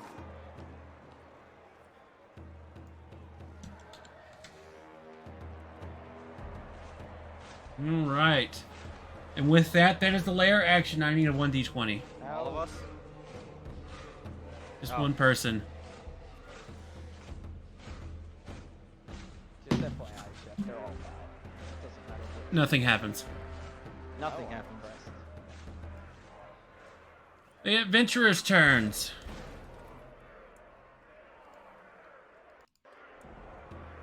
Biggin's gonna swing first. Is there an advantage with like crossbows with like height and stuff in this? Nope. No. 13. Nat 20s. Oh. Wow.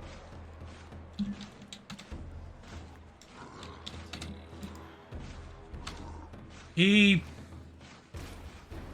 just fucking comes up and smacks her across the face. She turns back around. He catches her with a backhand. That fucking scimitar. She is on death's door. And then I mean, you see the necromancer hold up her hands.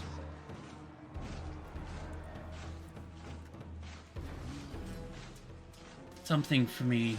A new being for my collection. Oh. She swings and misses the first time, swings and hits on the second attack. You see her run up and plunge her hand, her necrotic infused hand, into the giant's chest and comes back out with its heart.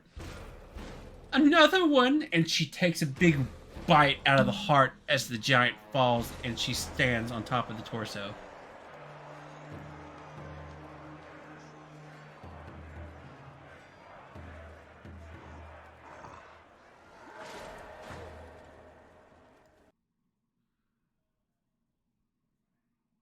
And with that, the fight of the village ends.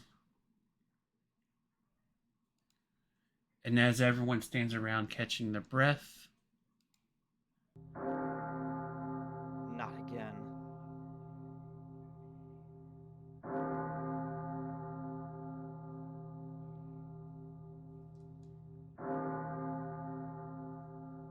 I look around waiting for the more to appear.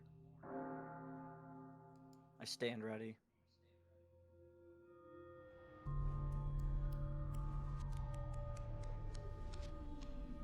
you all look to the sky at the sound of the bells, and you see the void opens up even more.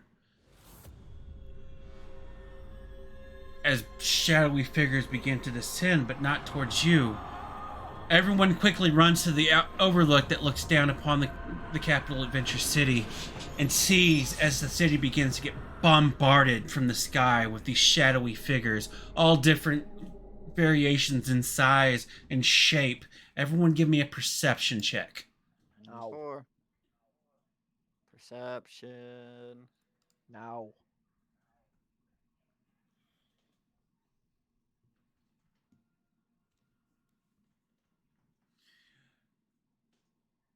The void has opened up enough to where you see a being standing just beyond it with glimmering eyes of star fields, looking down upon the chaos raining down upon the adventurous cities. Mr. Wong's failed.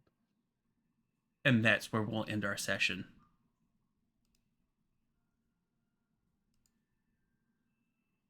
Just gonna leave me like that, huh?